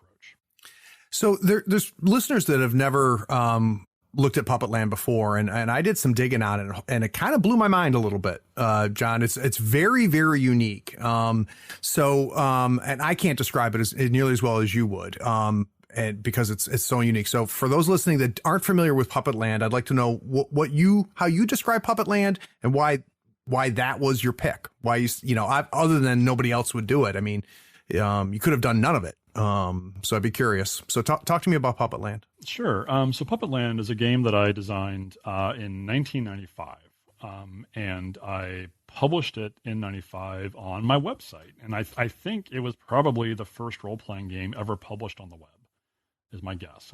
I don't think any, because this is like a year or two after the web got going. So Puppetland was published on my website, and it is the subtitle is, it's a storytelling game with strings in a grim world of make-believe. This is a fantastical land of puppets, marionettes, string puppets, finger puppets, shadow puppets, and it is inspired by sort of the mythology of the Punch and Judy puppet shows of England, which descend from France and Italy and various places, have a different lineage. And so Puppetland is a magical land of puppets, which is like the Lake of Milk and Cookies, like it's a happy, shiny place. Except Punch is horrible. Like he's a horrible murderer. He throws his baby out the window in the puppet show. And so Punch ends up, Puppetland is created by the maker, who is a human who makes all the puppets. He's a puppeteer, Geppetto. And he's made this magical place where puppets can come to life and live their puppet lives and be happy. And Punch kills the maker. He kills God. And he cuts off the maker's face, the skin of the face, and puts it on his own mask, his own, like wooden head, basically, and is like, I'm the maker now. I've got a human face. And he begins sewing these weird new puppets out of the skin of the maker and animating them with the magic of the maker's body. And these horrible nightmare puppets now work for Punch, along with an army of animated nutcrackers that he's kind of like ensorcelled and recruited. And so Puppetland has now become this dystopian fascist state, with this like psychotic like puppet with a human flesh on his face, ruling the whole place with an iron fist, and like everyone's now oppressed and miserable, and it's horrible and crappy. And Judy, Punch's wife, is now the leader of the resistance, and so she's established like a safe hold outside on the fringes of Puppetland, where puppets who are fleeing persecution can go to like hide out.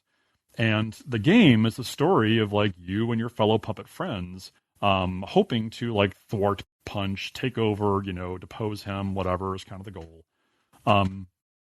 As a role-playing game, it is it's a diceless game. It is a purely verbal experience.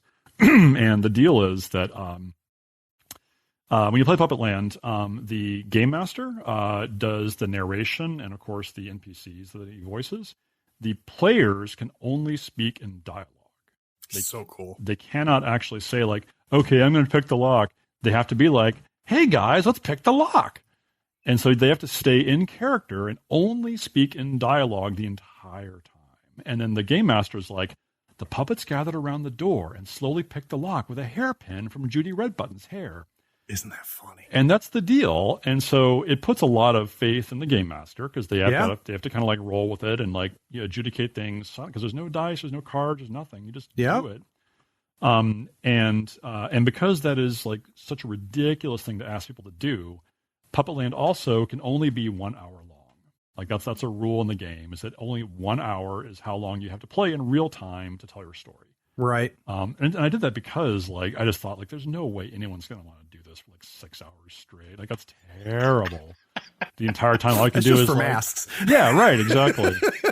And so as a contained like 1 hour, kind of group storytelling thing, like it works. Like if you have a strong game master who can handle that, like it really works. It's really fun.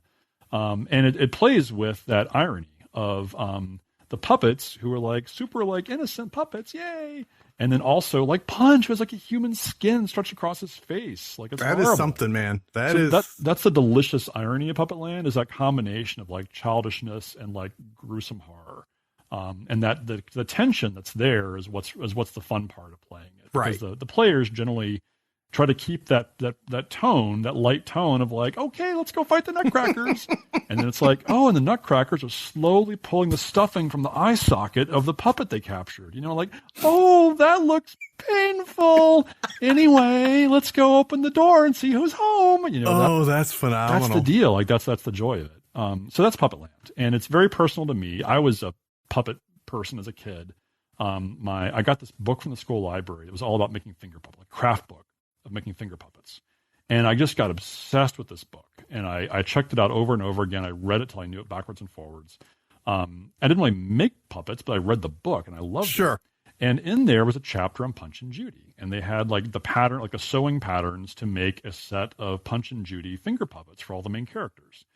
And I begged my mom, like, please make me some finger puppets of Punch and Judy. And she did. And so she sewed me like a complete set of characters of Punch and Judy, like little bitty finger puppets. And I kept them in like a basket with like pieces of felt and stuff. And I began writing scripts. And I would write these puppet shows that were Punch and Judy puppet shows. And I would take it with me, like if we went to go to church or something, I'd sit in the back of the church and like mess with my horrible puppets. And I was really into it. And my scripts like were just like nonsensical, like had nothing to do with Puppet Judy as a concept. Non-canon. Not canon. Like I remember Punch was like flying his biplane and crashed in a swamp and met an alligator and then was attacked by the present people who were like animated like Christmas presents, like little ribbons and stuff. And they were like a gang of angry presents and stuff. And so like madness. That's great. Yeah. So that's where the beginnings of it are. When does it take a hard right turn and we've got skin masks and things like that? When does that come to life? That's the Cthulhu part, right? That's like all the years I spent immersed in the horror genre. Because I grew up reading Stephen King and Clive Barker and all that kind of stuff. And so I was immersed in horror from a young age. And horror movies and all that kind of stuff. And so I was really into it. So when I came back to think about Puppetland, I was like, okay, well, what would be really messed up and horrible? Oh, I know. That's a great idea. And so that's where Puppetland came from. So was the killing of the maker and all of that, was that part of the website publishing or was that okay, gotcha. Yeah, that was there from the start. That was the whole project. And so the original version of the game on my website defined like how you play the game, the backstory of Punch and Judy and the weird flesh puppets and the Nutcrackers and the Maker and all that kind of stuff. And then Hogshead, this game publisher in the UK run by James Wallace, who they also did for many years. They were doing the Warhammer Fantasy Roleplay under license from. Oh, okay. That's where I've heard that name before. Yeah, okay, they picked that up for a few years and brought it back after it died. And so he was doing these little series of like 32-page role-playing games, like little bitty little experimental games. He did Violence with Greg Costikyan. James did his own game called The Adventures of Baron Munchausen. And so he did Puppetland. And it was, that was great to do. And I expanded a bit further, added some more, source material and whatnot. But then Hogshead went out of business. James moved on. And Puppetland just vanished. Like nobody had it. I mean, it was probably like it came out in 99, I think. And by like 2002 or so, like Hogshead was gone and Puppetland just disappeared. Like it was just dead. And I don't even know it was being pirated much because it was like early days for days for PDF piracy. Well, yeah, but at the same time, I mean, it was pretty damn unique at the time. And there's no Fiasco. There's nothing else out there like it, even close to it, as far as I could tell. which, hats off. But at the same time, you can see where it could drift off into obscurity at that point. So I'd be curious, whether it be that edition of it or the newest edition that you'd put out, is there any interesting reviews or feedback that you got? Was there anything that was unexpected as about how it was received?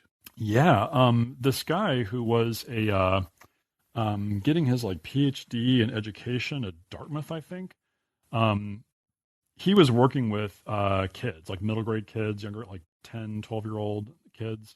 I think he was working on his project was about creative writing and language arts stuff with kids, exploring that as an education academic. And he decided to use Puppetland. And he, filed off the grosser part. Sure. But he used it because he would have the kids create their characters and write up their bios, their story, their personality, and define a character. And then use Puppetland as a way to talk to them about and teach them stories. How do you structure a story? How do you tell a story? How do you have a plot and rising action? All that, just your basic storytelling kind of stuff, right? Yeah. So he based his his PhD or master's project on using Puppetland to teach kids to learn language arts. Yeah. And which was super cool and really unexpected. And somewhere along the way, I wrote an essay for a book on game design, game issues that MIT Press put out called First Person. It was covering tabletop games, video games, etc. And I wrote an essay about game philosophy kind of stuff in there. But I put them in touch with that guy, and he wrote a whole essay on using tabletop games for educational purposes. And so he wrote an essay for that book on that subject, which is a way to kind of get that idea out there and help to promote it and so forth. And so that was a very unexpected outcome. The other unexpected outcome was that Puppetland was purchased for a movie, which things I did not see of coming. all the things you've worked on. Yeah.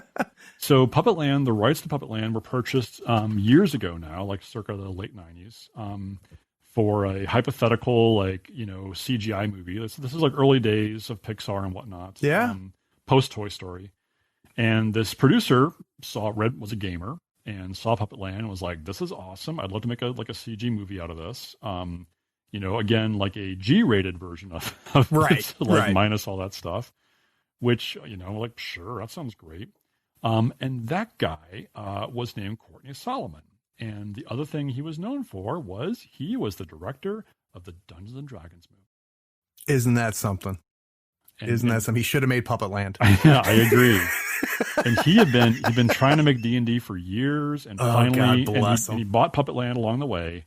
And after he bought Puppetland was when he finally got to produce and direct D&D a year or two later. And at the time I was working with him on Puppetland, he gave me a script to read for D&D, and I read it oh, okay, it's a D&D script. It was different. Obviously it evolved a lot over time. Sure. That was where and he still has the rights to Puppetland. Someday, who knows? Who Maybe knows? He'll get fired up and make a Puppetland movie. You never know. That's funny.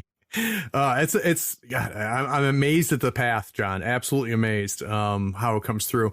Guys, we're going to take one more break. When we get back from this break, I'm going to take advantage of the fact that I've got a person on the show that thinks about killing people and putting skin on faces. So we're going to talk about some tips about designing, writing, and running horror RPGs, which is a bit of MacGuffin for me. We'll be right back. Howdy friends, Craig here. Nothing makes Malifaux easier than having the right tools. Here at the third floor, we love all the licensed Malifaux goodies from Custom Meeple. Not only are they helping support this podcast, they sell custom-made weird licensed tokens and terrain. They sell it all. Crew boxes, terrain, markers, tokens, and even a 3x3 full Malifaux board. Custom Meeple sells a complete M3E token set covering every marker and token you need to play. Custom Meeple are the source for the official accessories for Malifaux. Everything is designed by hand and authorized by Weird Games. Check them out at custommeeple.com, that's with one M, or follow the link in the show notes. Up your Malifaux game and be sure to tell them Craig from the third floor sent you.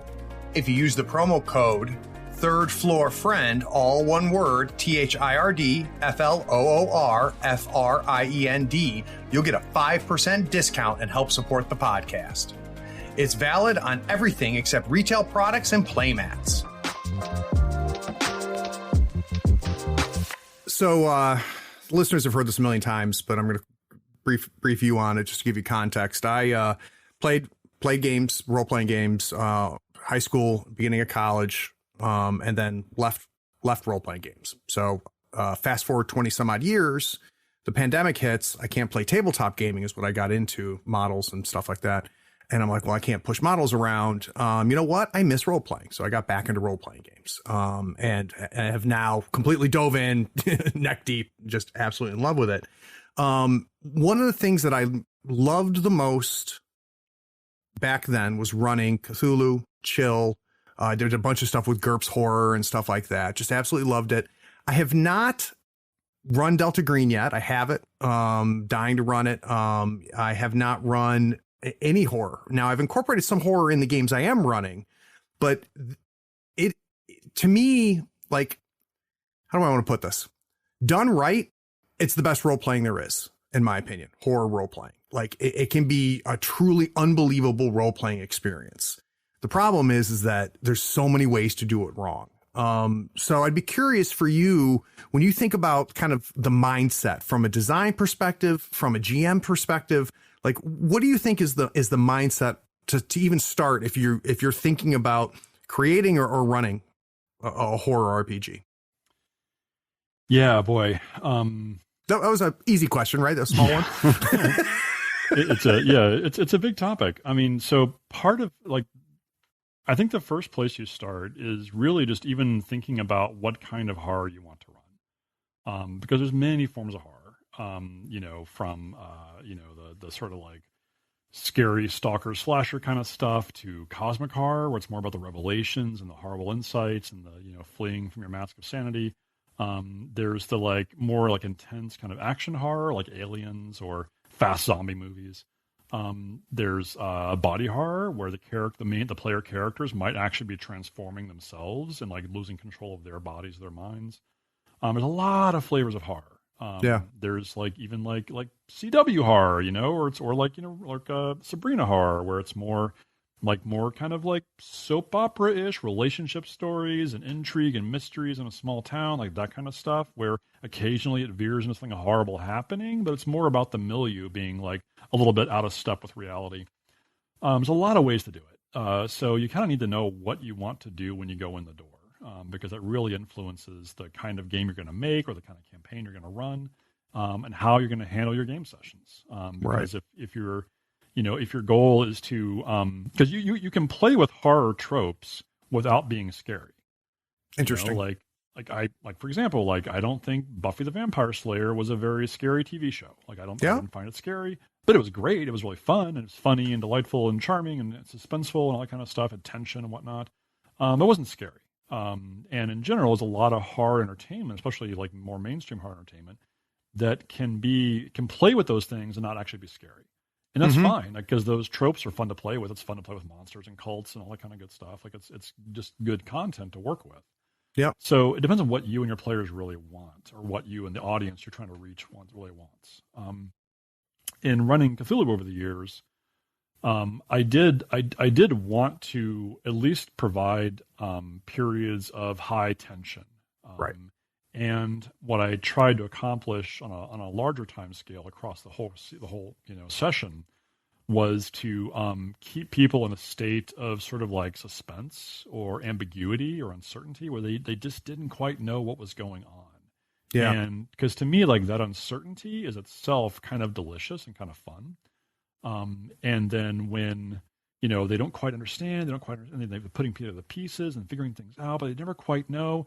And then, at that point, for maximum impact, you want the revelation to happen, like a penny to drop, where they finally, at the same moment that like the risk is the highest. Like you want that to combine. Right.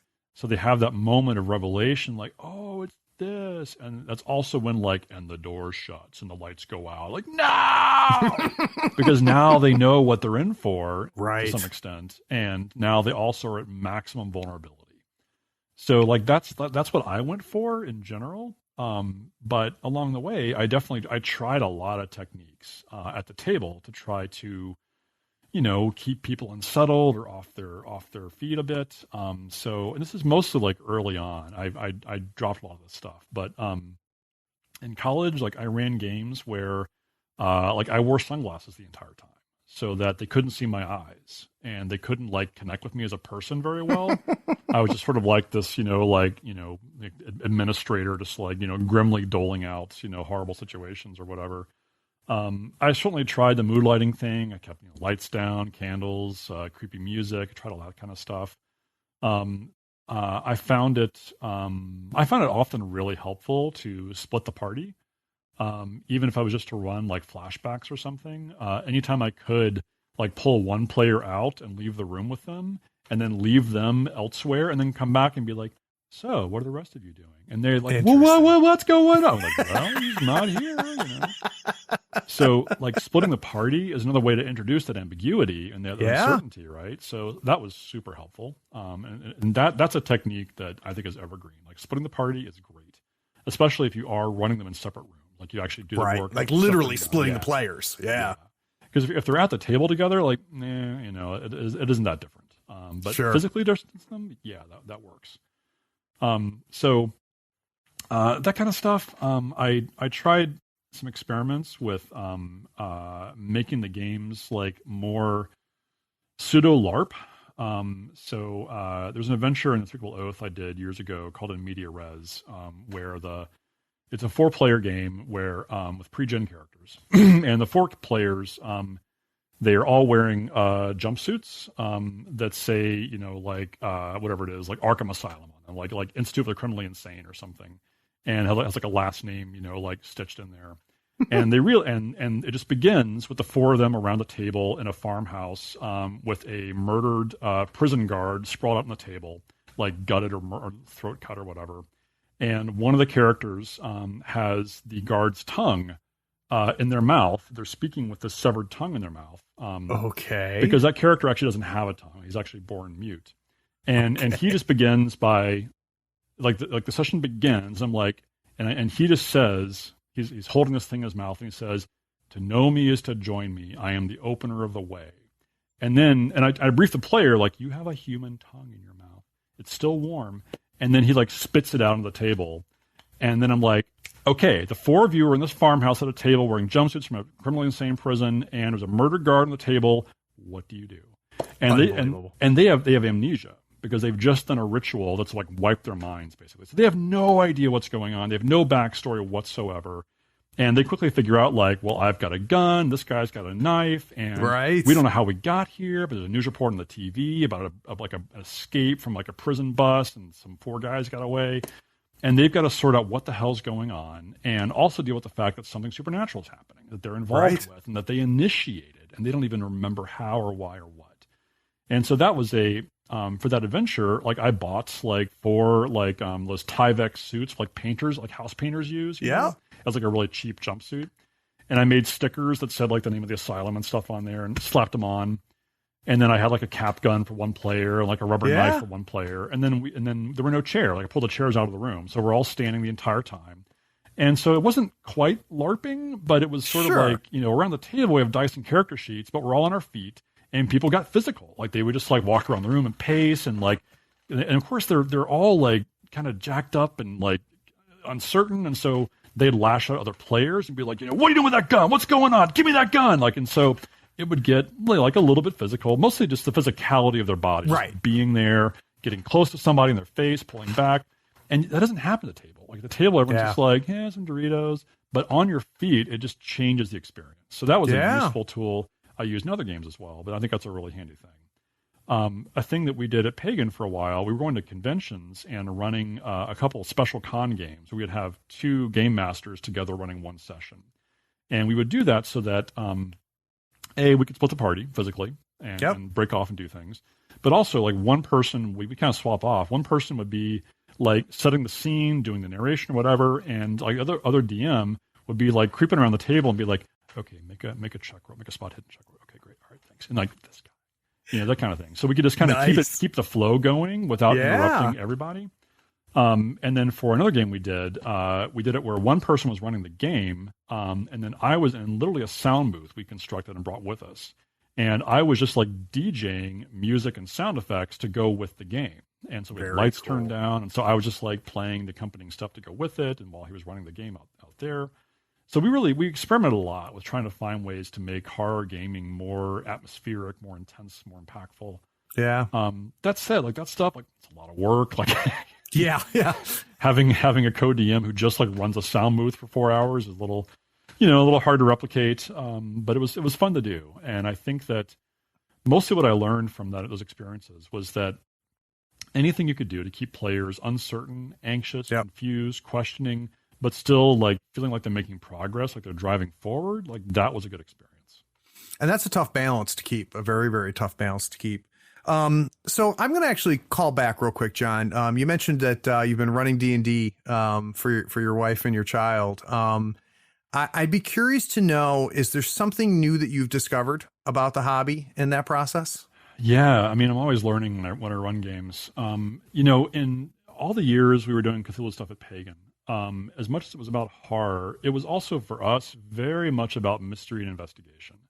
And a lot of our stuff really kind of turned into like procedurals, like Law and Order or something, or CSI, because at the time, like the sort of typical Cthulhu adventure was very much like a linear series of scenes. And you would just kind of go from like scene to scene to scene to scene, and each scene would end with like, you found the book. Yeah, like you find a book and like, and I'll make a history check. And if you fail it, well, good luck. But if you succeed, you go to the next scene. And we were looking for ways to not do that. We wanted to try to do adventures that were written as more of a sandbox, that you could just kind of explore and talk to people and gather clues and interview witnesses and like begin to piece together the mystery. So we really tried to double down on how do you write and publish, like design a mystery adventure that players can like legitimately solve, like with their actual brains and the character sheets. And that is not horror gaming in itself. That was just like an aspect of it that we really enjoyed, because a lot of horror games are kind of mystery based. You don't know what's going on. You have to investigate. But we got so far down that rabbit hole of very like simulationist investigations that I think as our skills developed as players and DMs, we also were then publishing adventures that just got more and more complicated, and that I think a lot of people would kind of bounce off of, because like, this looks amazing, but this one adventure is like 30,000 words of like witness testimony and clues. And when I got back into running D&D, I realized that I still had that mindset. And even though I wasn't running like mysteries per se, I was still running this very like narrative simulation. And multiple times running games for my family, I realized like, I'll give you an example. I was running this adventure that I dreamed up where Hobgoblin army was invading the High Forest and like attacking the Elven nation that was there in the Forgotten Realms. And they have all these catapults, like they're rolling catapults to the forest and they're destroying stuff. And they've got the Lich Fire of a Sararak is like burning the forest with green flame. And it's all this apocalyptic stuff. And my wife is like, okay, let's try and disable some of the catapults and see if we can like stop them. And so we played that out, and she snuck around. She's like an arcane trickster rogue, and she disabled a catapult after like 5 minutes of like sneaking around, making die rolls. She disabled one. I was like, okay, great. And she's like, okay, great. Then how many more catapults are there? And I was like, oh, like about 40, because like it's a Hobgoblin army. It's like thousands of soldiers. Yeah. And she was like, oh, all right, well, I guess we'll do something else then. and like that was dumb. Like that was dumb of me to just go like narratively play out the simulation of like, you've disabled a catapult. That's great.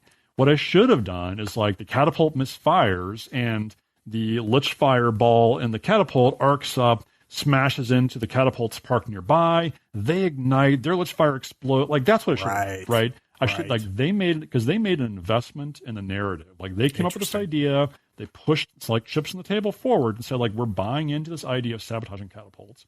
I should have been like, okay, I see your bet, and I'm going to match you, and I'm going to respond by giving you this awesome outcome because you succeeded. And I didn't do that. Like I was just so stuck on like the reality of the situation. So, and I've had to learn that lesson multiple times, because it's just hard to unlearn that proceduralist approach to storytelling. Yeah. So that's a thing. Like I'm still working on that. I've gotten better at it, but like I definitely have realized there's a shortcoming in my approach that is based on that other style of gaming I used to do. Well, and with a different set of players, right? Oh yeah, totally. Yeah, totally. So we've heard your failure.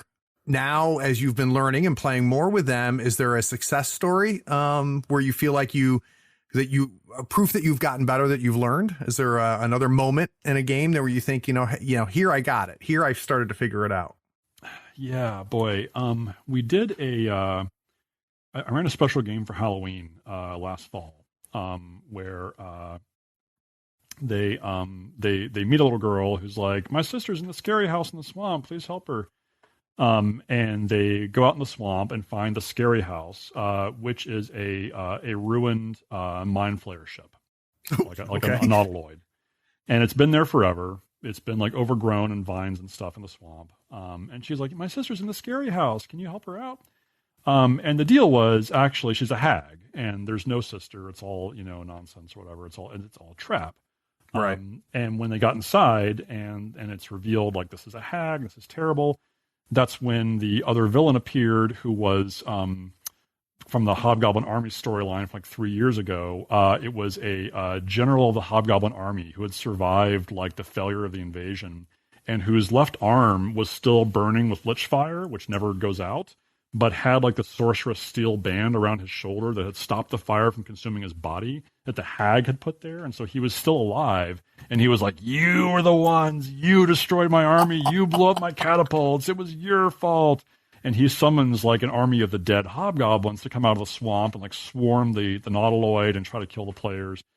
And that was all like, it was super successful. It was really fun. It was scary and dramatic, and they were like, oh crap, like, what happened? Oh, that's fun. Yeah. So that was a fun, successful experience. Yeah. Oh, that's great.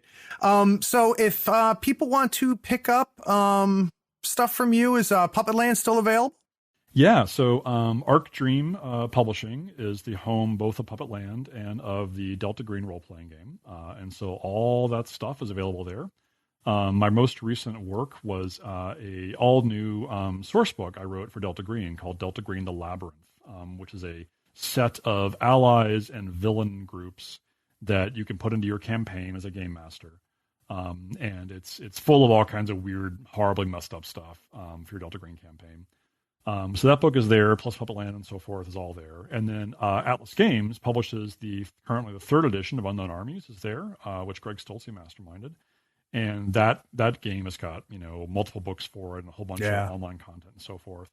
So all that stuff is out there. It's all available and ready for your horrifying nights. Well, John, I appreciate you taking the time, my friend. Yeah, of course. Happy to. All right. And for those of you that stuck around to listen to the whole thing, thanks for listening. Take care.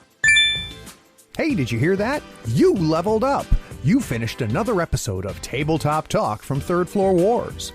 If you want more from the third floor, follow us on Facebook and Twitter. Head on over to our YouTube channel. It is packed with painting tutorials, gaming tips, battle reports, and role-playing actual plays. Did you enjoy this episode? Why don't you send a link to one of your friends so they can enjoy it too? Last but not least, write us a review on your podcatcher of choice. This helps us find listeners almost as cool as you.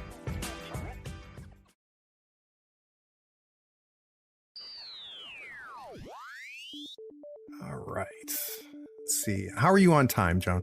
I'm good. You good? Okay. You got 20 minutes left in you? Yep. No problem. Great. I don't know if we'll take that long, but we'll see what happens. But I don't want you to be going, Jesus Christ, Craig. I didn't sign up for this. All right. We'll keep this relatively short, I think, from a time perspective. I'm not very good at that. Dude, this has been fantastic. You're a fantastic guest. I've been riveted this whole time. And I've learned doing this podcast for 2 years that if I'm interested, it turns out my listeners are too, which means they're an idiot like I am. But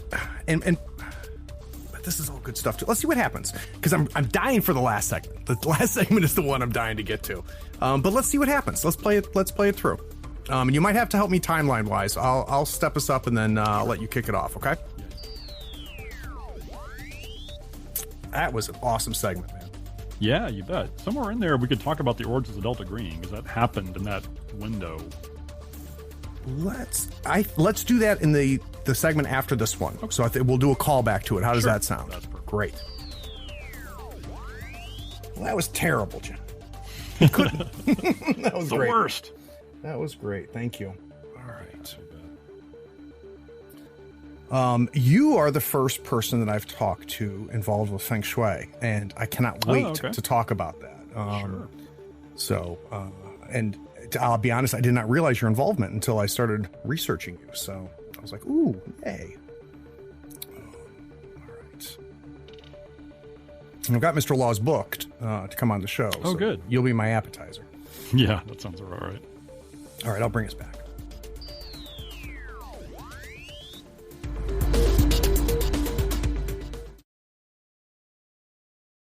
Hey, are you still here? Look, the podcast is over, and you sat through all of the breaks and bloopers? Well, I mean, if you're here, you might as well run over to patreon.com and become a supporter. Don't forget to rate and review this podcast, too, while you're at it, on whatever platform you're listening to. I do appreciate you sticking around. Take care.